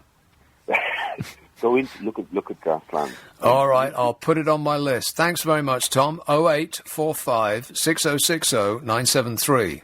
I would still like to talk about U-turns, because if we talk about our imminent demise, this doesn't sound like a pleasant Saturday evening as entertainment to me. Not to me. Death and destruction is not really what I want to talk about all Saturday night, but, you know, in the absence of anything else, sure, why not? U-turns. A new survey found that nearly half the population admits to having changed their mind about important issues during the course of their life.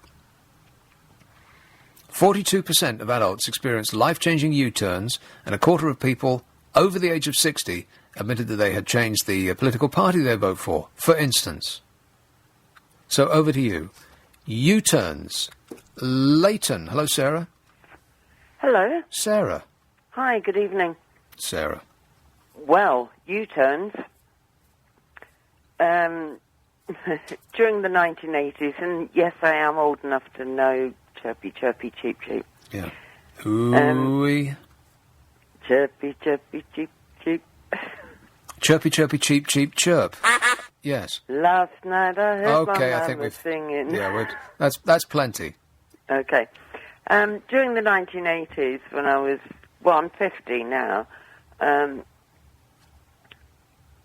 I was lucky enough to emigrate, actually, with a man that I lived with over here, an Australian banker. And he had a house in Sydney, and we lived there for 1.5 years, and then he was transferred to Adelaide. So we moved there, and we bought the house jointly, because I was working over there as well. Yeah. And well, that sounds nice. Sydney, Adelaide. It was fantastic. It was fantastic. So here comes the U-turn. I came over here for my brother's wedding. I don't blame him for that, but since divorced. However, went to see my mate in Scotland, got absolutely... Bluted? There you go. And phoned him and said, I'm not coming back. What? Yeah, I did. What, just getting drunk in Scotland turned you off Australia? Do they not have beer in Australia? I was wrong. Wrong about what? I was wrong. Totally wrong about leaving. Not about leaving him, perhaps, because he wanted to get married and he was 20 years older than me, but wrong about leaving. I had a lot of investment in that house, probably about $200,000. I'm not quite sure what that would be now. So that's the U-turn that you made, that you regret the decision not to go back to Australia, is that what you're saying? Yes, yes. Right. But And why did you instantly change? Was it instant? Because that's the way you described it. I don't think it could be, could it? If you think about it, it was made on the turn of a sixpence, but. So it must have been raining and cold when you were in Scotland. Yes. It was August. Well, like I said, raining and freezing cold, probably snowing, right? It was festival. Oh, Edinburgh, right. Well, yeah, I mean, I've been in Edinburgh for the festival, and it's okay. If you well, so did I. If you go to the actual festival itself, but most Edinburghians don't. It's just tourists that go there. I know. And then, and if you're trying to avoid it, then it just becomes irritating in August because the town's absolutely swamped with you people. Get out. Yeah. You go to Australia. Exactly. And so you came back from Australia. Come home. Yes, the land of hope and opportunity, of sunshine, and you gave it up for showers. Oh God, you're going to make me cry. I was so silly. Right. We had this 4-bedroomed, 3-bathroomed house with a big pool, and an inbuilt barbecue bar. Oh, right. Forget the BQ. In a place where the sun always shines, and you gave it up for Edinburgh, the freezing cold. Well, it could have been worse. It could have been Glasgow. Not that I'm saying that Glasgow's a worse town. It's just that it's freezing cold and also raining all the time. At least in Edinburgh, it doesn't rain. And there you get a lot of murder. Well, there's murder everywhere you go. Even in Australia, I'm sure they have it. Well, all right, Sarah. So that was your U-turn. Now over to you, ladies and gentlemen. 0845 6060 973. Some texts and emails. U-turns. I was converted to Catholicism when I was 18. I realised at age 23 that it was all a load of hooey, and a load of hooey is in capital letters. I'm middle-aged now and an atheist. Well, that was a brief turnaround. 18 to 23, Catholic. 23 onwards, and before 18, not so. On the subject of fracking, fracking can lead to great prosperity for the whole country. You should protest about wind turbines, which are ruining the environment and putting up the cost of energy. I do protest against them. Fracking will do the opposite, said this text. Fracking actually takes place some 5,500 feet below the water table. It's produced a revolution in the United States, bringing the cost of energy down. Oh, please. What, to the customer? I very much doubt it. It may bring the cost of energy down to the people that produce the energy, but we ain't going to see any less on our bills. You're joking, aren't you? This one says, I was in Pennsylvania in March, passing through the region where fracking is occurring, and it seemed fine. Oh, well, as long as you've, investigated it thoroughly. Passed through, did you? Watford. Hello, Dave. Mick, how you doing? Dave. Just wanted to talk about the fracking, and obviously, obviously what's been said, about. I mean, it really does beg a belief. You've only got to do a wiki on it to find out exactly what fracking is all about, and the evidence is all there. And these people who are in complete denial. Obviously, one wonders if they what sort of bungs they're getting from the industry. I mean, it makes absolutely no sense until you realise that who is it? The government advisor is a guy called Linton Crosby, an Australian bloke who's knee deep in the fracking industry, and is obviously there's no conflict of interest there, and it's like any major conglomerate, whether they be the banks or the energy industry or the drug companies or the food conglomerates, they essentially have carte blanche to do whatever the hell they like.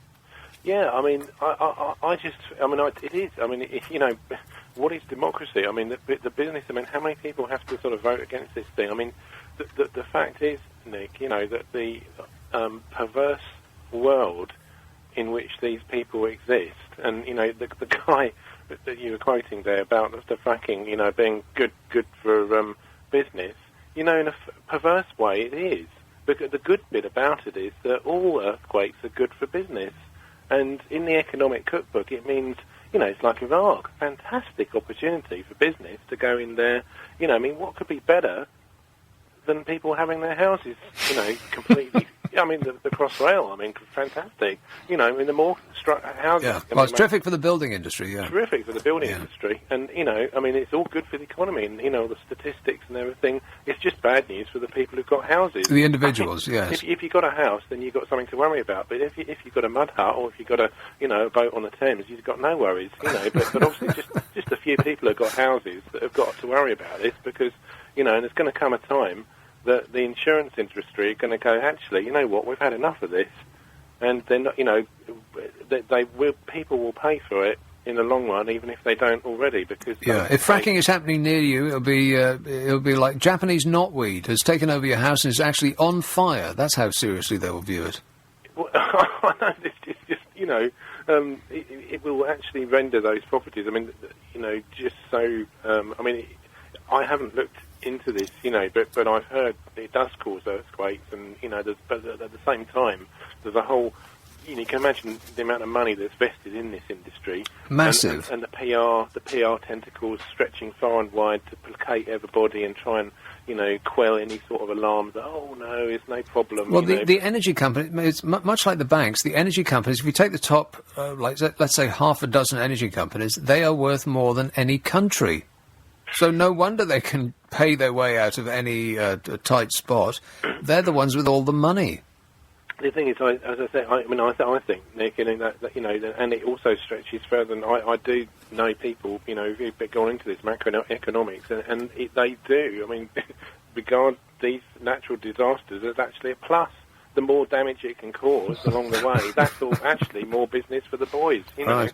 And that's why wind is so bad, because wind doesn't create damage, and the rather annoying thing is that once you put it up, you can just leave it there. It's not like this thing's going to be a one-trick pony. Well, it sort of does create damage, the wind farm. It offends the eye, is what it does. What I found rather interesting today, I saw a report on what they're doing in Swansea, which is sort of they're putting a quay or like a runway around the bay and inserting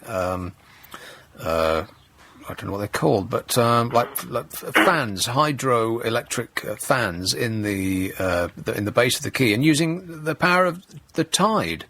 So it looks as though what they're building is quite nice. It just looks like a quay, something for people to walk to the end of, sort of like a stone pier. And it doesn't offend the eye. In fact, it actually prettifies up the place.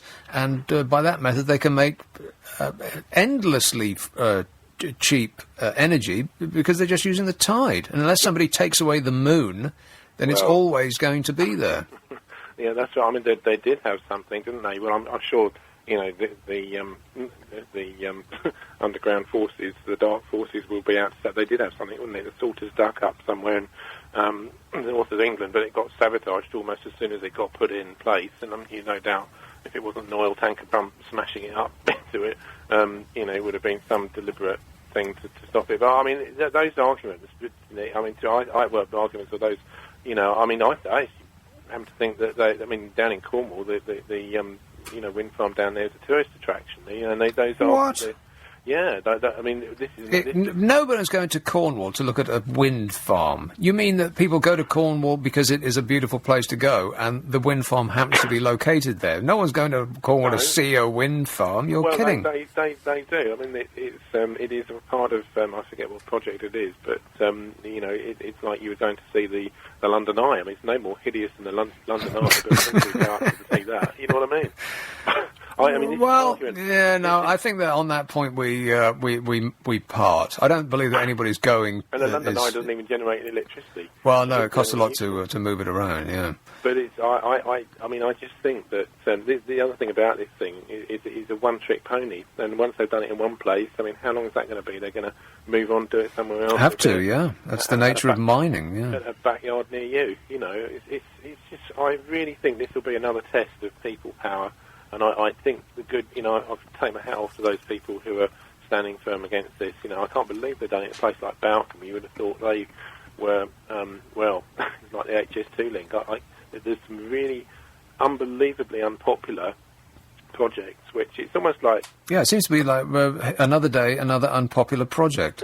Yeah, I like the war in Iraq. I think that this, the way that things are these days, the government people are going to realise that the government ain't your mates anymore. Perhaps they never have been, but wanting everybody can go to hell, and they're going to do it regardless. And it's about people need to wake up and realise that there isn't a democracy in this country anymore. Well, at least we've got the House of Lords to look after our best interests. Oh, no, that's right. I've got bad news about the House of Lords, by the way. That's coming up in the next hour. All right, thanks very much, Dave. Keep happy. Oh, what's wrong? 0845 6060 973. Steve says, I've never heard of corruption within the train spotting community. Maybe we should encourage people to spend some time at their local railway station and get involved. Well, maybe that's because people haven't investigated it enough. Hi, Nick. I think I still own my...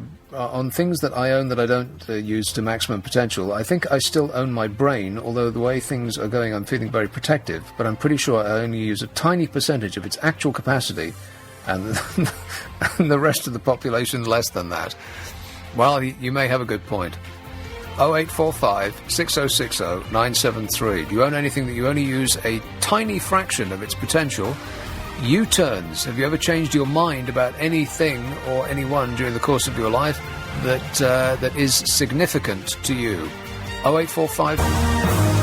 LBC 97.3. Call 0845 6060 973. Text 84850. Tweet at LBC 973. This is London's biggest conversation with Nick Abbott. That whole thing about Yemen and them closing the embassy, that's just plain weird to me. That just seems odd. I mean, I'm no intelligence expert. In fact, I'm not intelligent. But that they're detecting chatter. If I was bent on doing something evil, if I was a terrorist, then it's entirely possible that the chatter that I would be throwing out would be misdirection. If I said I was going to come and blow your place up on Friday, and you close, and apart from anything else, if I said I was going to do it this weekend, and you closed your building so that I couldn't get in, well, I'd come back Monday. That just seems so weird. They're closing their embassies for a couple of days, right? It's still going to be there. 0845 6060 973. Let's have a call in Bromley. Stephen. Good evening, Nick. Thank you for taking my call. Thank you for making your call. What I've got that I can't realise the full potential of I've got the entire collection of Danny LaRue's wigs and stage jewellery.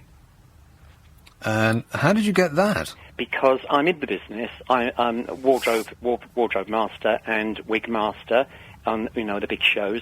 And I worked for Danny, off and on over the years, and I'm very good friends with Annie Galbraith, who looked after him costume-wise and PA-wise since the mid-70s, and she made and designed all his costumes and toured with him.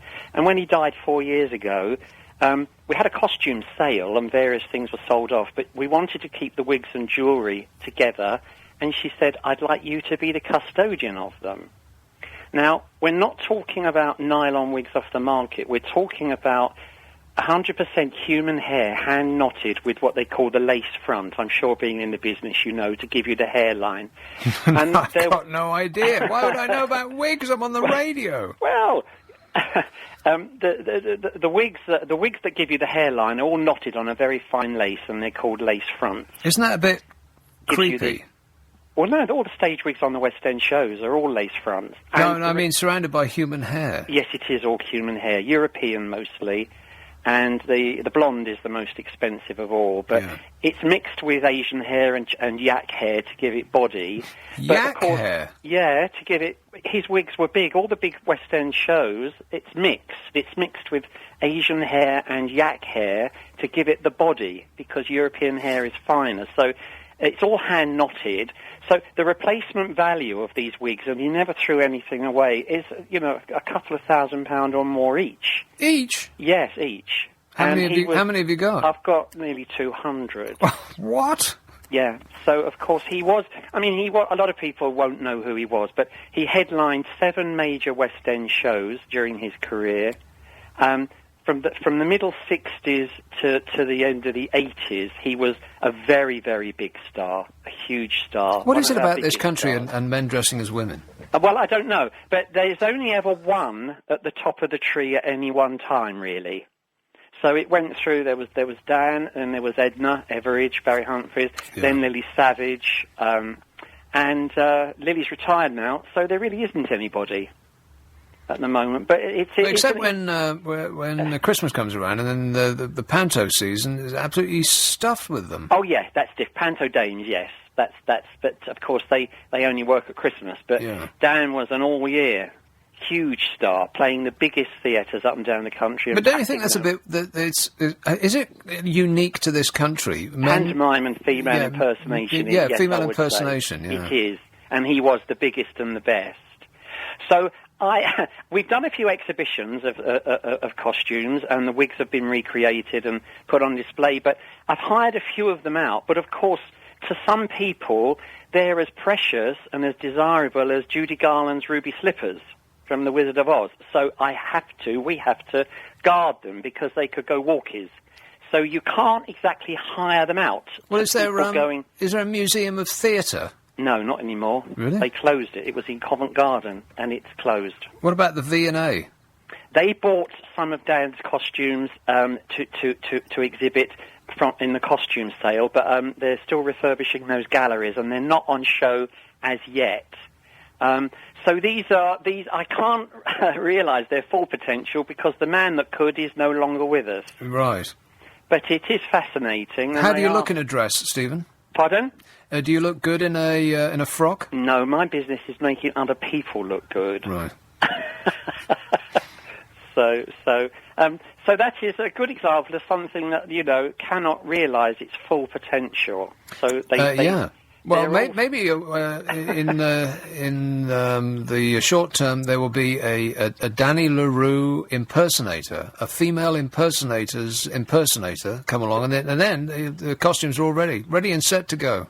Well, there's going to be a feature film in the next 2 years made of his life, but I don't know what angle they're going to, a bit like the Liberace recently, but I don't know what angle they're approaching that from. I have been told they're going to address some of the iconic shows and costumes that he wore, a bit like, again, the Liberace thing, but, one doesn't know how that's going to go, or if they'll want to use any of the real stuff. They might reproduce it. I mean, we don't know. And where do you keep it? So, they're all stored away on wig heads, on hard.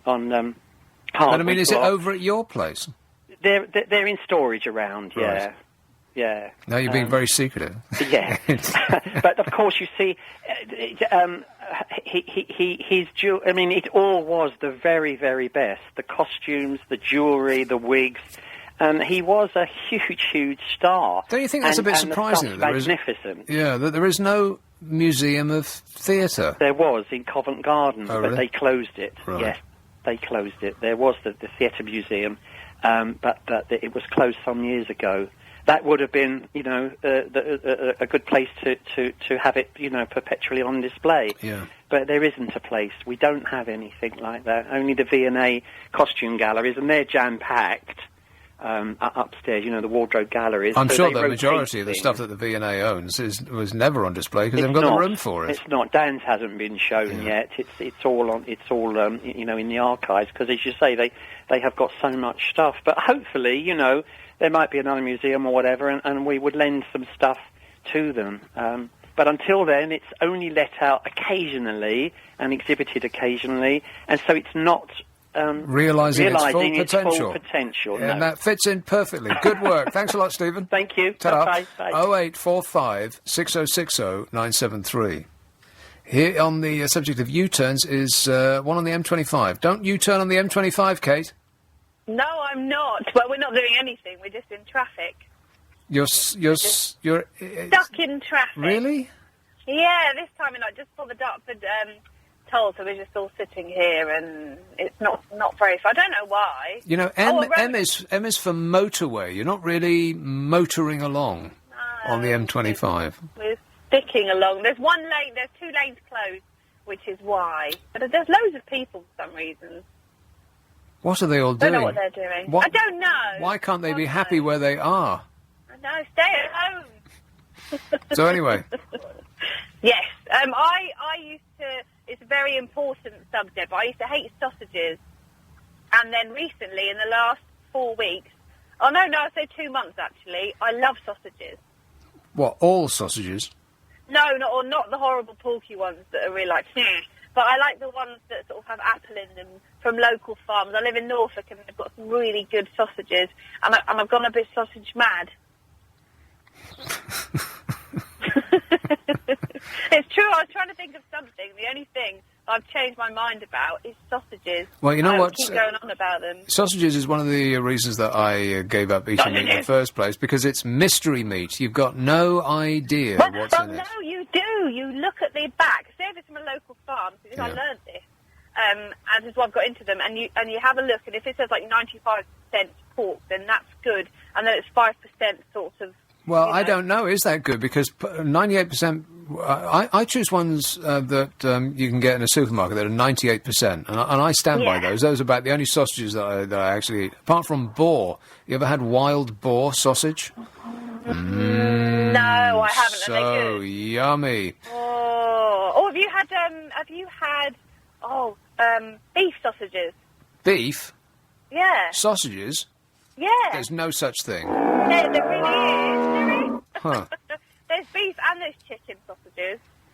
But There really is, I promise. Okay then, but when it says 95 or 98% pork, that really doesn't. That's not specific enough for me, because that could be any bit of the animal. Yeah, but at least you know it is the animal. Well, I don't know. I mean, that's not an encouraging thought, because if you just roam your mind over the body of the animal and let it. But it can't be bones, can it? It's not. Who Can knows? it? I don't have no idea. You're Could going be to put anything. me off sausages. I'm going to do another U-turn. Well, even in the best sausages, every now and again you'll bite down on something you think, no, that's not right. Yeah, a bit of gristle stuff. But, yeah, the beef sausages do exist, and they're quite nice. I've gone off those, because then they're a bit little bit funny. Try to root Chicken out. sausages. Try No to way. chicken sausage. That sounds horrible. I know. Try to root out some boar sausages, Kate. Yeah, sounds good. Thank you. I shall do that. You can thank me now or later. All right, thanks a lot, Kate. 0845 6060 973. Hemel Hempstead. Hello, Chris. Good evening, Nick. I thought you'd like to know how much a year we're going to save on this fracking on our energy bills. How do you know? Well, it was reported on LBC this week, so it must be true. There was some expert or somebody, I don't know, somebody of some note. Have a guess. 0%? No, in money, how many pounds a year per household? 5. No. 10? No. 20? A little bit more. Is it £100? £24 a year. Right, well, ain't that great? Brilliant. Mining. They're going to destroy the countryside, set our tap water on fire, make us prone to earthquakes, and all for £24 a year. And you know what? I don't believe it. An expert said it. Well, this is just a number they plucked out of the air. How do they know? And mining, you see, the trouble is, it's what's going to happen in the future. I mean, in Hemel Hempstead at the moment, they're spending millions. I don't know why, they'll let it sunk. But the Victorian chalk mines, and they're spending millions and millions. They've got film wall to stop all the houses falling in. Well, that's great. Apart from that, there's nothing to worry about. Nothing to worry about. It's just that your house may fall down. Please don't be concerned. No. It's a pretty bright future we're looking at, Dave. In fact, it's a future that's on fire. Yeah, and the one thing I don't use to its potential, I've got a pooter, and I don't know what to do with it. A computer, yeah. I don't think anybody uses their computer to its maximum I'm sure potential. it does a lot of things, but it's all there somewhere. Yeah. The life's too short to find out. Well, yeah, pretty much. All right, thanks a lot, Chris. Bye. Using a computer to its maximum potential is virtually impossible after about 2 days after you buy it, because it seems to have built-in obsolescence. It just gets slower and slower and slower, and so that using its maximum potential becomes impossible, because you can barely make it to switch on. 3 weeks it takes to boot up. And asking it to do two things at once after it's a year or so old, well, that's just completely out of the question. I don't think anybody uses their computer to its maximum potential, or its maximum potential, because it can't even reach it itself. Kensington. Hello, Richard. Hi, how are you? All right. Good. There are a couple of things I wanted to speak about. Just about the thing you were speaking about earlier, cars. And I keep seeing around here, I live in Kensington, yeah? Just opposite the High Street, by the tube station. Well, don't tell us. And, I saw this guy screaming up Horton, which there's always traffic, and he's going to do a left, and he smashes into a lamppost, wrecks his Ferrari. And I think, you're just an idiot. What is your problem, man? I saw somebody go up the High Street to Kensington sideways in an open-top Ferrari because they'd taken a right turn just a little bit too quickly, and the back kicked out, and they were going down the street sideways. That was funny. You're joking. No, I saw it with my own eyeballs. God damn. No, really weird. And the other one was, there was an old lady. This was just 3 days ago. I'm helping an old lady across the road. Again, Horton Street. I'm coming back from Tesco's, and she had 2 canes, and I'm helping.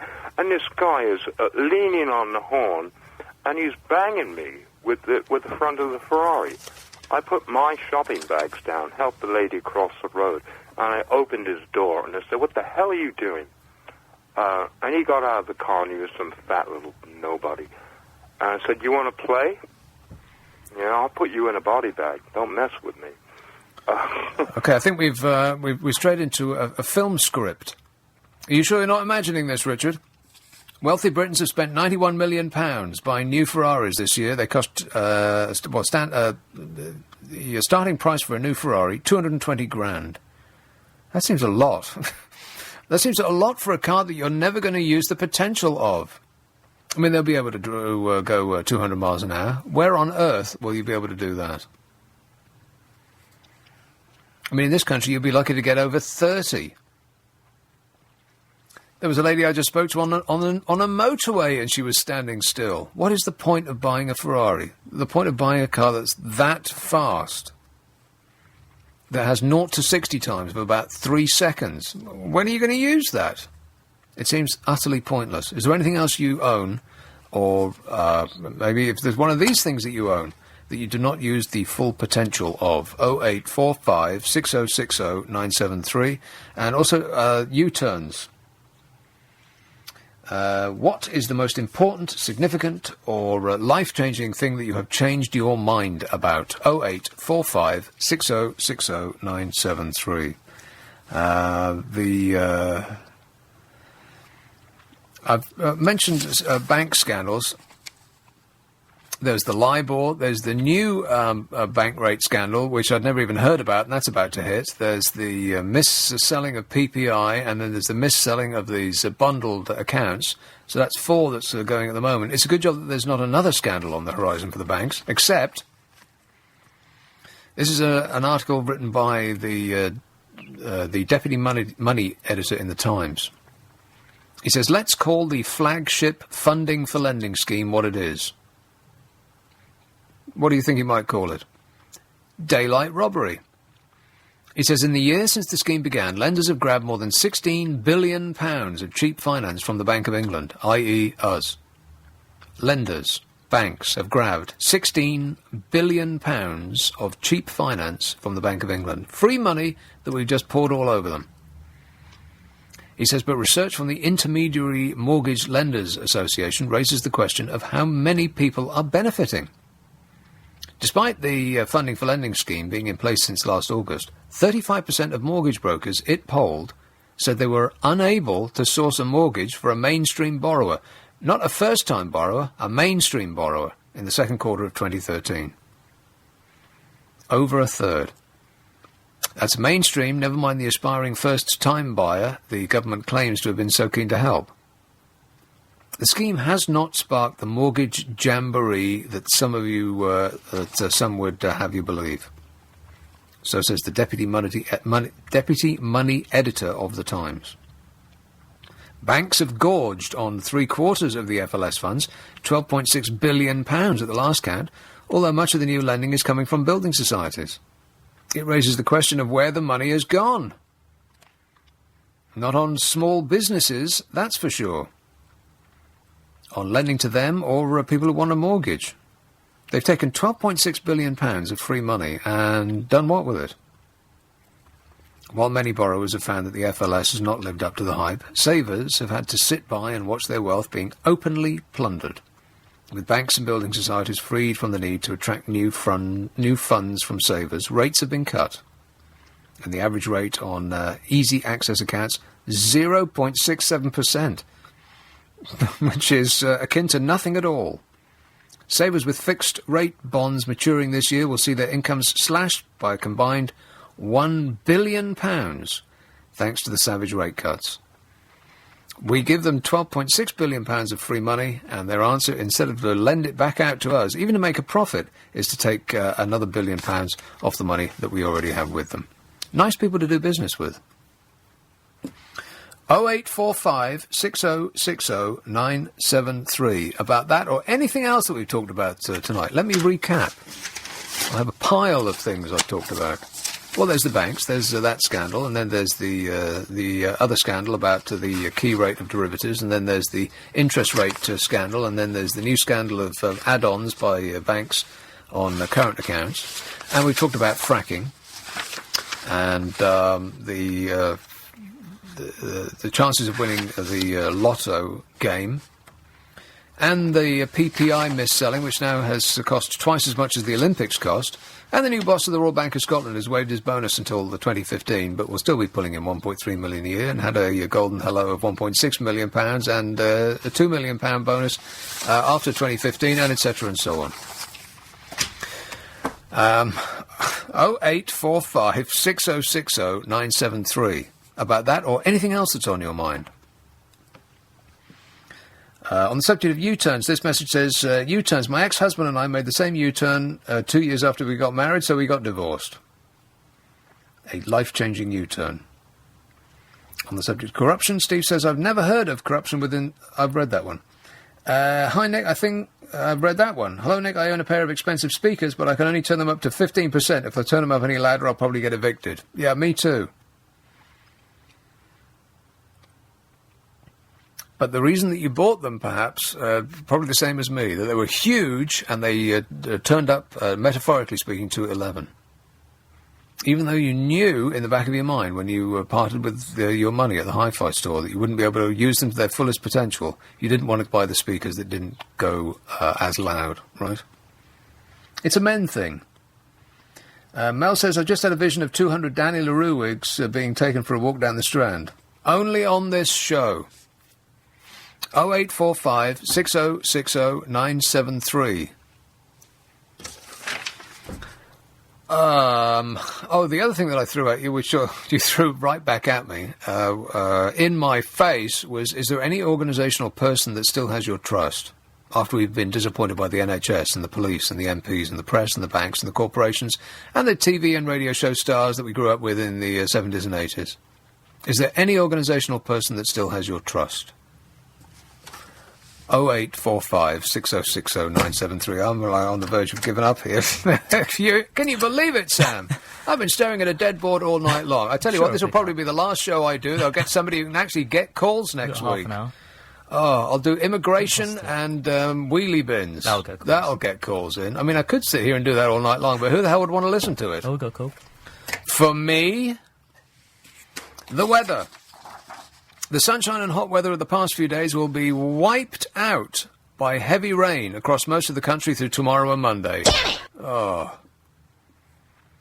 Torrential downpours will cause up to an inch of rain to fall on Sunday in some areas, as stormy weather travels in from the west and spreads eastwards. Oh, no. The east will remain dry at first, but by Monday, heavy rain and thunderstorms will have hit the majority of the country. Only parts of Northern Ireland, Scotland and coastal Kent and Essex, East Anglia, are expected to escape the rain, but we'll still see more cloud than sunshine. Summer is over. Well, it's not over, it's just back to normal. Temperatures could drop into single figures in the north, which is expected to see minimums of 9 centigrade tomorrow and Monday, which is blooming freezing compared to how we've been. And temperatures remain about 8 centigrade lower than on Thursday, when the soaring temperatures of up to 34 degrees made it the hottest day since 2006. Oh, the bliss of it. And it was pretty windy as well, but and I never get used to it in this country particularly, having a wind that's actually warm, that has no cooling properties. I love it. Paul Knightley, a senior forecaster with Meteo Group, said, "There is no immediate sign of a return to the hot weather that we have seen. The pattern is moving towards more what we would expect the British summer to be, perhaps a shade above the values we would normally see. Families have been switching to staycations rather than flying to the Mediterranean, according to research. The figures reveal that last month's heatwave triggered a slump in interest in overseas travel in favour of holidays at the UK's coastal resorts. Internet searches for holidays in Magaluf dropped by a quarter, while those for Devon soared by 41%, according to the study by comparison website Trivago. Trivago. That is what they found. And some of those people may be ruining that decision. Is a call in Watford. Hello, Mark. Hello there. Mark. Yeah. I'm just calling about what the highways agency's up to at night. They seem to want to close the road network down at night. Now, I've just come southbound down the M1 from London. I'm a supermarket delivery driver. And they've coned the motorway down to one lane. There's absolutely nothing going on. And they caused havoc.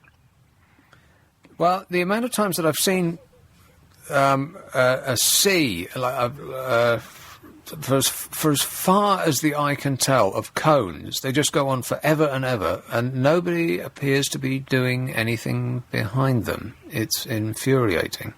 But the only people that seem to be working are the people that actually put the cones down. Put the cones down, There's nothing else going on. Well, it's an industry, yeah. Yeah, but don't they realise that it's a 24-hour, we're a 24-hour sort of supermarket and all that sort of thing, and we have to get goods to the supermarkets for the consumers. And it just seems to me, I'm a bit of a conspiracy theorist, that the highways agency do their level best. I mean, there's not one night goes by that I don't have to do a divert or something. And I know, they're saying, well, we have to do it at night because there's less traffic on the road, but they're causing havoc, absolute havoc. And well, you say you're a conspiracy theorist. What's the conspiracy? Well, I think they just want to, I don't know. I think there's some people in an office that may go, what havoc can we cause now? I know what we'll do. We'll shut the M1 down to one lane, and that will be about 10 miles of slow-moving traffic. The people that put the information upon the boards, I think they're half asleep, because there was one point on the M1 where it said incident, slow down. So I'm looking around, there was nothing. Nothing, yeah. Well, the amount of times I've seen that, and it'll say you're slow to 30 miles an hour because of some incident up ahead, and you're due to, well, nobody actually does slow to the prescribed speed, but you'll go through and there's nothing there. How many times have you seen that? Well, I went to Bristol last night, and they shut the M4, M5 intersection down where I wanted to go, so I thought, that's okay, I'll go around the link road by Filton Airport, if anybody knows that. Goes around the link road. Well, what do you think happened? They'd shut that and diverted that as well. I think they're targeting you, Mark. Yeah. Keep your eyes peeled. 0845 6060 973. This is Nick Abbott, LBC 97.3. Keep LBC 97.3 with you wherever you are in the world. Just download the LBC app to your mobile, then you can keep in touch with London's biggest conversation. Available on most mobiles, including iPhones, Android and Blackberries, the app is completely free. To download it, just go to lbc.co.uk. The LBC app. Listen anywhere and at any time. This is LBC 97.3. It's 12:30. LBC 97.3. Call 0845 6060 973. Text 84850. Tweet at LBC 973. This is London's biggest conversation with Nick Abbott. Come on, we're running late! Yeah, you wait till that lorry driver hears about all those road closures. He's going to go apoplectic. And by the way, if it's anything like it was last time during the course of the Olympics when they had those road races, there's not only going to be a lot of roads closed, but they're also going to yank away all of our buses. Don't plan on getting a bus tomorrow. Check before you head out. They won't put any replacement bus services for cancelled bus services. 0845 6060 973, still desperately asking for U-turns. In your life, what is the most important, significant, or life-changing thing that you have changed your mind on? 08, I thought that this was going to be, I thought I was not going to be able to get through the course quick enough. I thought, talk about underarm bowling. This is a piece of cake, this subject. And wow, was I wrong. St Albans, hello, Ricky. Hey, Ricky, you're so fine. Hey, Ricky. Hi, how you doing? All right. Fracking, yeah. Yeah. When they've finished extracting all this frack out of the ground, can we really trust them to fill all the holes in, or backfill if you prefer? Because I'm dreading the day that all these holes get together and decide to become one big hole.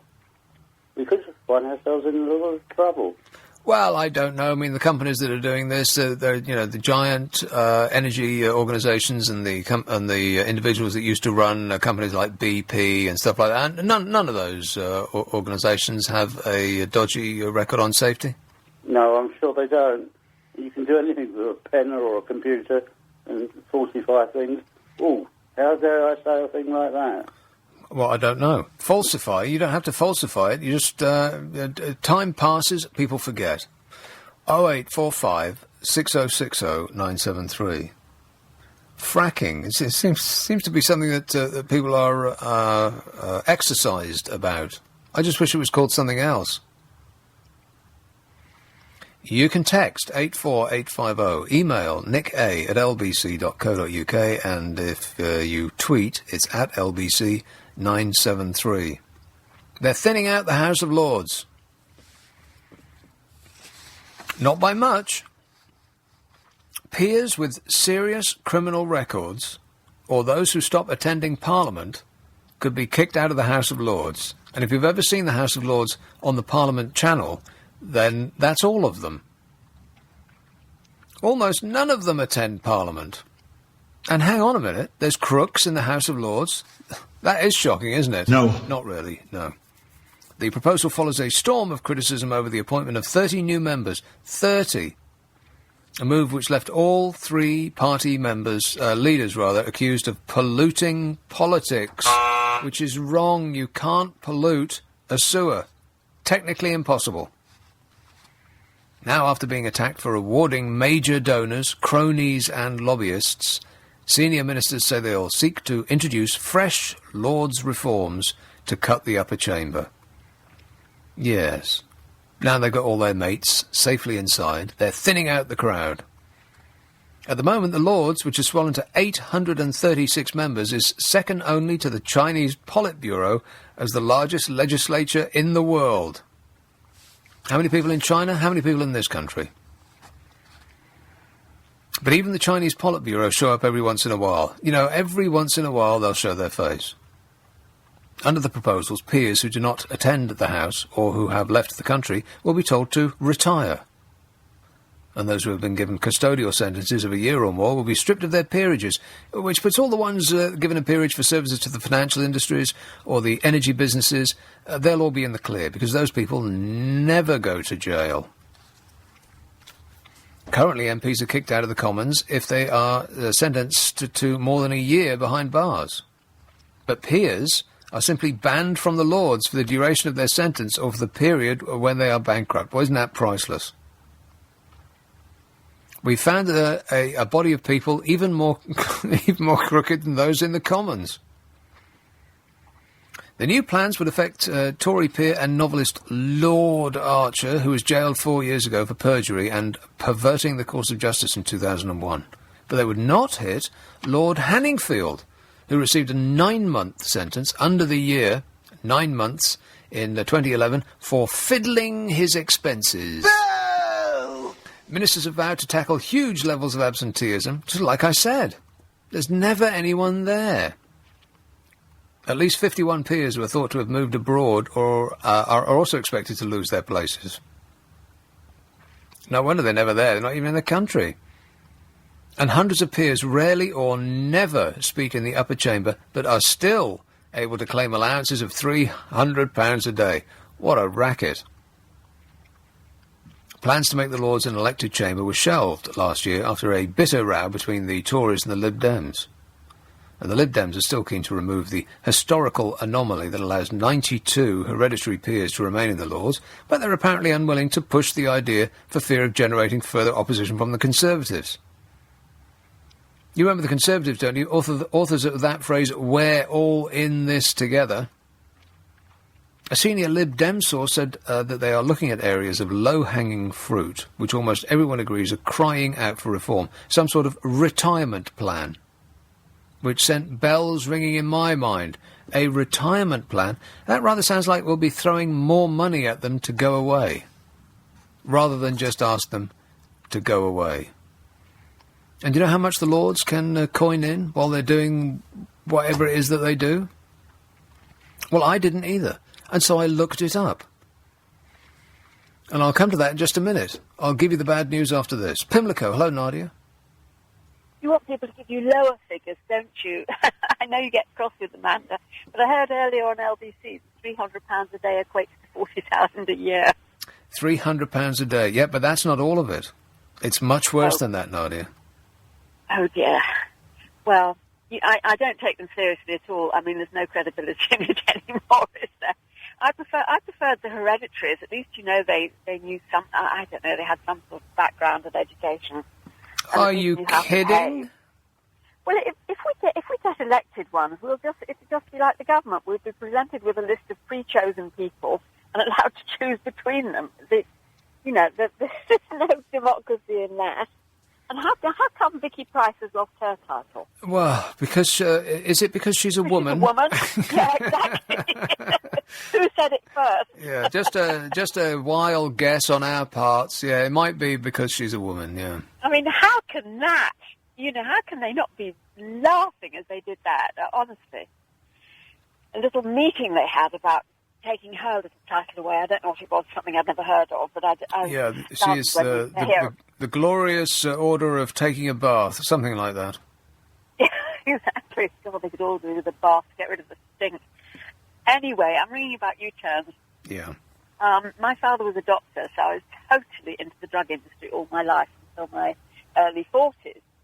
And I was sitting in bed one night and got the most excruciating earache. It was almost making me scream with pain. And I had on my knee a cat homeopathy book because my cats were already seeing a homeopathic vet. And I looked up earache, took the remedy, and the terrible pain ended before the remedy dissolved in my mouth. I could not believe it, because when you take a painkiller, it can take half an hour and then you're constipated for days. And from then on, I've used homeopathy, and I had 3 drawers full of drugs with a doctor father, inevitably, decongestants, painkillers, analgesics, antibiotics, everything, antacids, hundreds of those. And I just threw the lot in the bin, and I've never touched one since, because homeopathy works instantly if you've got the right remedy. Now, are you talking, when you say homeopathy, you're not talking about those infinitesimally small drops of stuff in water? Yeah, nothing left at all. Memory of water. And I'd used it on my cats for about 5 years or more at the time. I discovered it for myself.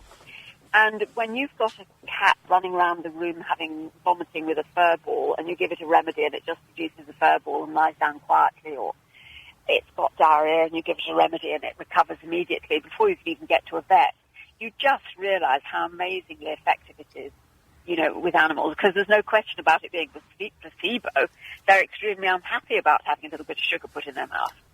I've got a cat who has epileptic fits, and if I give her a remedy every weekend, she's absolutely fine. If I forget, she has an epileptic fit. And she doesn't know it's a remedy. I stick it in some Hellman's mayonnaise. And she licks it, and, no problem. She's completely well. But if I forget, she has a fit. But why then does the medical profession say that the homeopathy is all just nonsense? Shall I leave that to you to answer? I mean, isn't it fairly obvious? They make an awful lot of money from drugs. I mean, I spend quite a lot of money on homeopathy because I buy a lot of books and I've got a lot of remedies. But a bottle of homeopathy costs you about £5. It will last you for the rest of your life. I mean, the man who invented homeopathy 200 years ago, his remedies are periodically tested and they still work.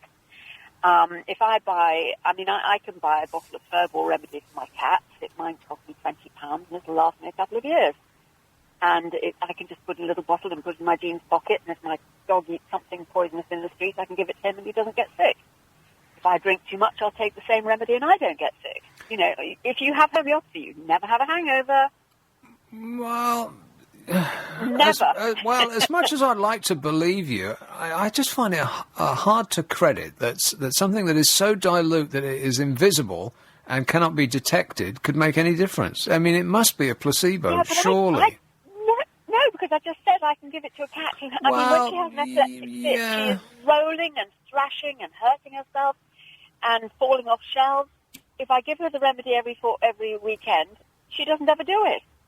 It's so obvious. I mean, you couldn't possibly say it's placebo. She doesn't know there's anything in the mayonnaise. Yeah, but you don't have any evidence. Like, you give her the medicine, she doesn't have a fit. That doesn't follow that the medicine is preventing the fit. She just might not have had a fit anyway. No, if I don't give her the medicine every weekend, she'll have a fit.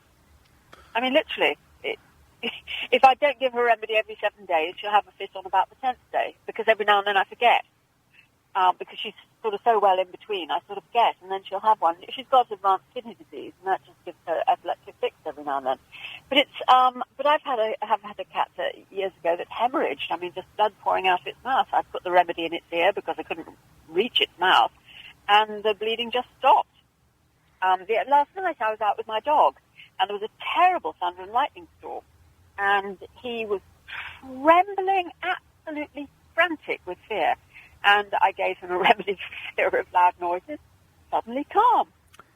A remedy for fear of loud noises?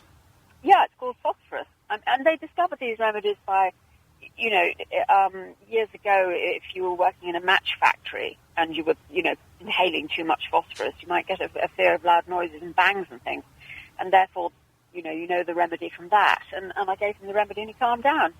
And he didn't know what I was giving him. Yeah, but, I mean, there must be people shouting at the radio saying, well, he may have calmed down because you were paying attention to him rather than... No, I was cuddling him and holding him in my arms, and he carried on shaking until I sort of managed to reach into my bag and find the remedy, and which actually I had with me because we'd both been around a smoker, so it's the same remedy for inhaling too much tobacco smoke, so that's why I had it with me.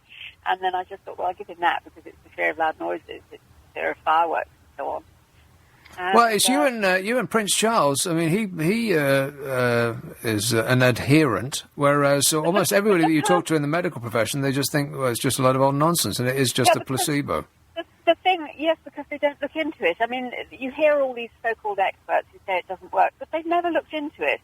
I mean, I've used it now and nothing else. I don't have a drug in the house. I don't have a painkiller. I don't have paracetamol, nothing. And there was I, addicted to drugs. I used them for everything because I had a doctor father. I grew up with them. And I trusted them. And now I just find I absolutely don't need them. Now, in my case, I've read a lot of homeopathy because I just got completely converted. I fell in love with it. I just discovered, I never feel frightened of my health. Most women of my age might think they're going to be the 1 in 9 that gets breast cancer or some such thing. Doesn't bother me because I've had cancer, I've cured it with homeopathy. I'm not frightened of my health breaking down. If my health gets bad, it's because I've eaten badly or got too stressed. But it's never going to be something I can't deal with. I never worry about it. I never worry about the risk of calling an ambulance or can I get to a doctor over Christmas. No, it doesn't bother me because I've got the remedies, I've got the books, I look it up. And my dream would be to teach homeopathy in schools because then you could halve the national health bill. It is just so empowering. Well, I mean, the way you describe it does sound like it is. And if it works for you, then more power to you. Charles. Thanks a lot, Nadia. Thank you. 0845 6060 973. On the subject of homeopathy, if the this message says, if homeopathy really works, why is anyone ever sick? Well, the last caller would say it's because they're not using it. This on that subject says, sorry, Nick, but you're correct. It's the placebo effect and nothing else, unless proven. Well, that's what the medical profession would say. That's what the medical profession do say. On the subject of fracking, Greenpeace say we will not gain any reduction in our energy bills as a result of fracking. Who would you believe, a government expert or Greenpeace? I know who I believe. Meanwhile, the story is getting, the company is getting a huge tax incentive to destroy our country. Same old story, says Beverly. Yeah, I know who I believe. Well, I didn't know that Greenpeace had said any such thing. It's just that if somebody tells me that they've just found a new way to reduce our energy bills, well, I'll take that with a pinch of salt. Tom says, I do believe the process of fracking does require holes to be filled. Yeah. Is that it? I do believe the process of fracking does require holes to be filled. Right. I don't understand that point. This says if they called it hydraulic fracturing, we'd be scared, because that's what it is. And on the subject of the Lords, regarding the Lords, what about a cull, like the Badgers? What method would you suggest? Oh, I don't know. Which one springs to mind? I looked up the expenses of the Lords, by the way, and you won't like it. They get £300 a day, right enough. Now, you know that much, right? And all they have to do is to poke their head around the corner and say, I'm here, and then they can swan off and do whatever else it is that they do, or they have lunch, or work on our behalf diligently, or whatever it is that they do. They can get £300 a day, or, according to the rules, they can elect to get £150 a day, which is very, very odd. I can't get my head around that at all. You can get £300 a day for showing up, or you can elect to get only £150 a day. How many do you think take the smaller figure? On top of that, on top of £300 a day, they get to travel to and from by rail, sea, air, bus, private car, motorcycle or bicycle. All road tolls, parking and taxi fares can also be recovered. Then they get 45p per mile for their car up to 10,000 miles a year, and then 25p per mile after that. And if they do an average 10,000 miles a year, that's £4,500, with which you could buy my car 6 times over. And on top of that, they get expenses incurred during travel. All that in-flight champagne doesn't come cheap, you know.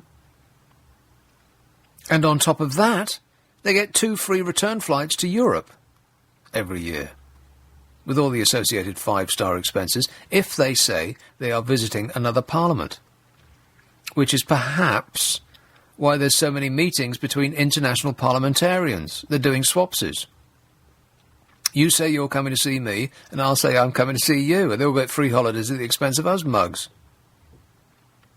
And then they get 2 free return journeys between Westminster and wherever it is in the world that they are holed up. And on top of that, they get free postage. And $6,500 for paper clips and typewriter ribbons, or whatever else is that they stuff their office with. And then they get a free smartphone and an iPad and whatever other electronic device they think they can get away with, and various other incidental sums that they just pull out of the air.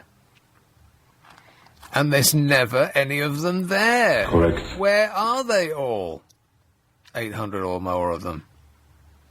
I double dare you, I challenge you to look them up on the Parliament channel and to see if there's any bottoms sat on those red benches. Almost none at all. Ever. We're talking about fracking, but wind farms was the other thing that people are exercised about, which was much in the news this week.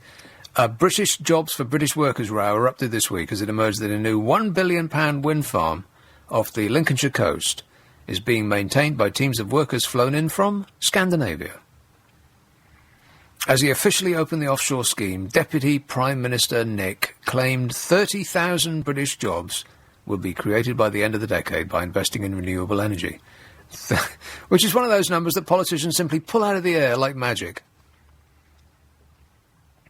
Because turbines for the Centrica scheme off Skegness are made in Denmark, Danish and Swedish workers are being drafted in daily to work on them. British jobs for British workers. The whole construction of the wind farm is largely foreign. A French company makes the cabling in Germany and Norway, and the foundations are being manufactured in Holland. British jobs for British workers. Sam Pick, who runs a renewable energy consultancy, said Britain was in the craziest possible situation, where the government was subsidising development to a huge degree, but doing absolutely nothing to either guarantee or support UK content in offshore wind farms. He says there are turbines out there in the North Sea which have not touched UK mainland. Announcing £66 million of fresh government funding for the offshore wind industry, Mr Clegg said the investment would help to make the UK a world leader in the sector and create an employment boom, contributing £7 billion to the economy. But to be fair, he didn't say whose economy. Somebody's going to get £7 billion, but it just might not be us. He compared climate change sceptics to those who oppose wind farms and other renewable energy developments to the Luddites who smashed machinery during the Industrial Revolution. And approximately how many wind farms are blotting the view from your property, Mr Clegg, to the nearest zero?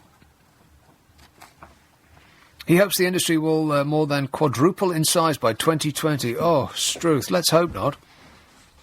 That's at the highest end of government predictions, with half the production coming from domestic firms. You know, the wind doesn't always blow. I'm no energy expert or an expert in any other subject for that matter, but it seems to me that the wind doesn't always blow in this country. But the tide always comes in and out. We've got no end of coastline. Isn't the River Thames one of the greatest tidal surges on Earth? Clegg hopes the industry will more than quadruple in size by 2020. Half the production coming from domestic firms. But his claims were dismissed by industry experts, who said that the targets and job creation predictions were hopelessly optimistic. In other words, like I said, just pulling them out of thin air. They say that unless major companies can be persuaded to manufacture wind turbines in the UK, wind farms will continue to be built, but few jobs will go to British workers. Few? Are there any? A French company makes the cabling in Germany and Norway, and the foundations are being manufactured in Holland. And teams of workers are being flown in from Scandinavia because that's where they make the turbines in the first place. So they come over here, they tend our turbines, they ruin the countryside, and they make off with all the money. It's a great British success story. And the Institute for Public Policy Research, a leading think tank, also found Mr Clegg's claims were optimistic and said greater certainty was needed to attract investment. Generous taxpayer-funded subsidies for wind farms are set to continue till the end of the decade, but foreign energy firms want a longer-term commitment. And if the weird part about it is that we need to subsidise them at all. If they're so great, why can't they stand up on their own?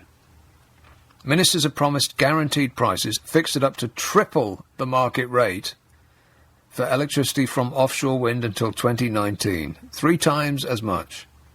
And the difference between the wholesale price and the agreed rate will have to be met by us. We win the right to pay more. 3 cheers for the energy companies. Hip hip. Right, what shall I end on?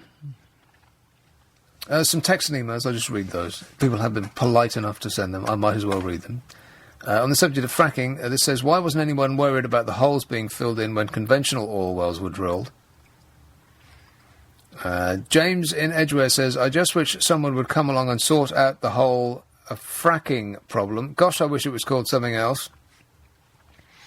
On the subject of the Lords, it would take an NHS care assistant 48 hours to earn £300. Esteemed Lords could earn that daily by turning up for 2 minutes. That is apparently precisely what happens. Not in every case, but in many. They just pop their head around the door, say, I'm here, and then collect £300. and a new iPad, and all their postage paid, and a trip back and forth from wherever they've been, and a trip to Europe, and all of the rest of it. And there's 800 or more of them. On the subject of homeopathy, Lucy says the Queen has a homeopathic doctor. Well, the Queen has no end of doctors. She's got doctors coming out of the woodwork. And finally, for this show, and perhaps forever, this says, why don't you get that lovely lady to get you a homeopathy remedy to successfully pick next week's lottery numbers? It seems to solve every other problem. Well, sadly, she's not on the phone anymore. If only she was. The next voice that you hear on LBC 97.3 will be that of Ollie Mann.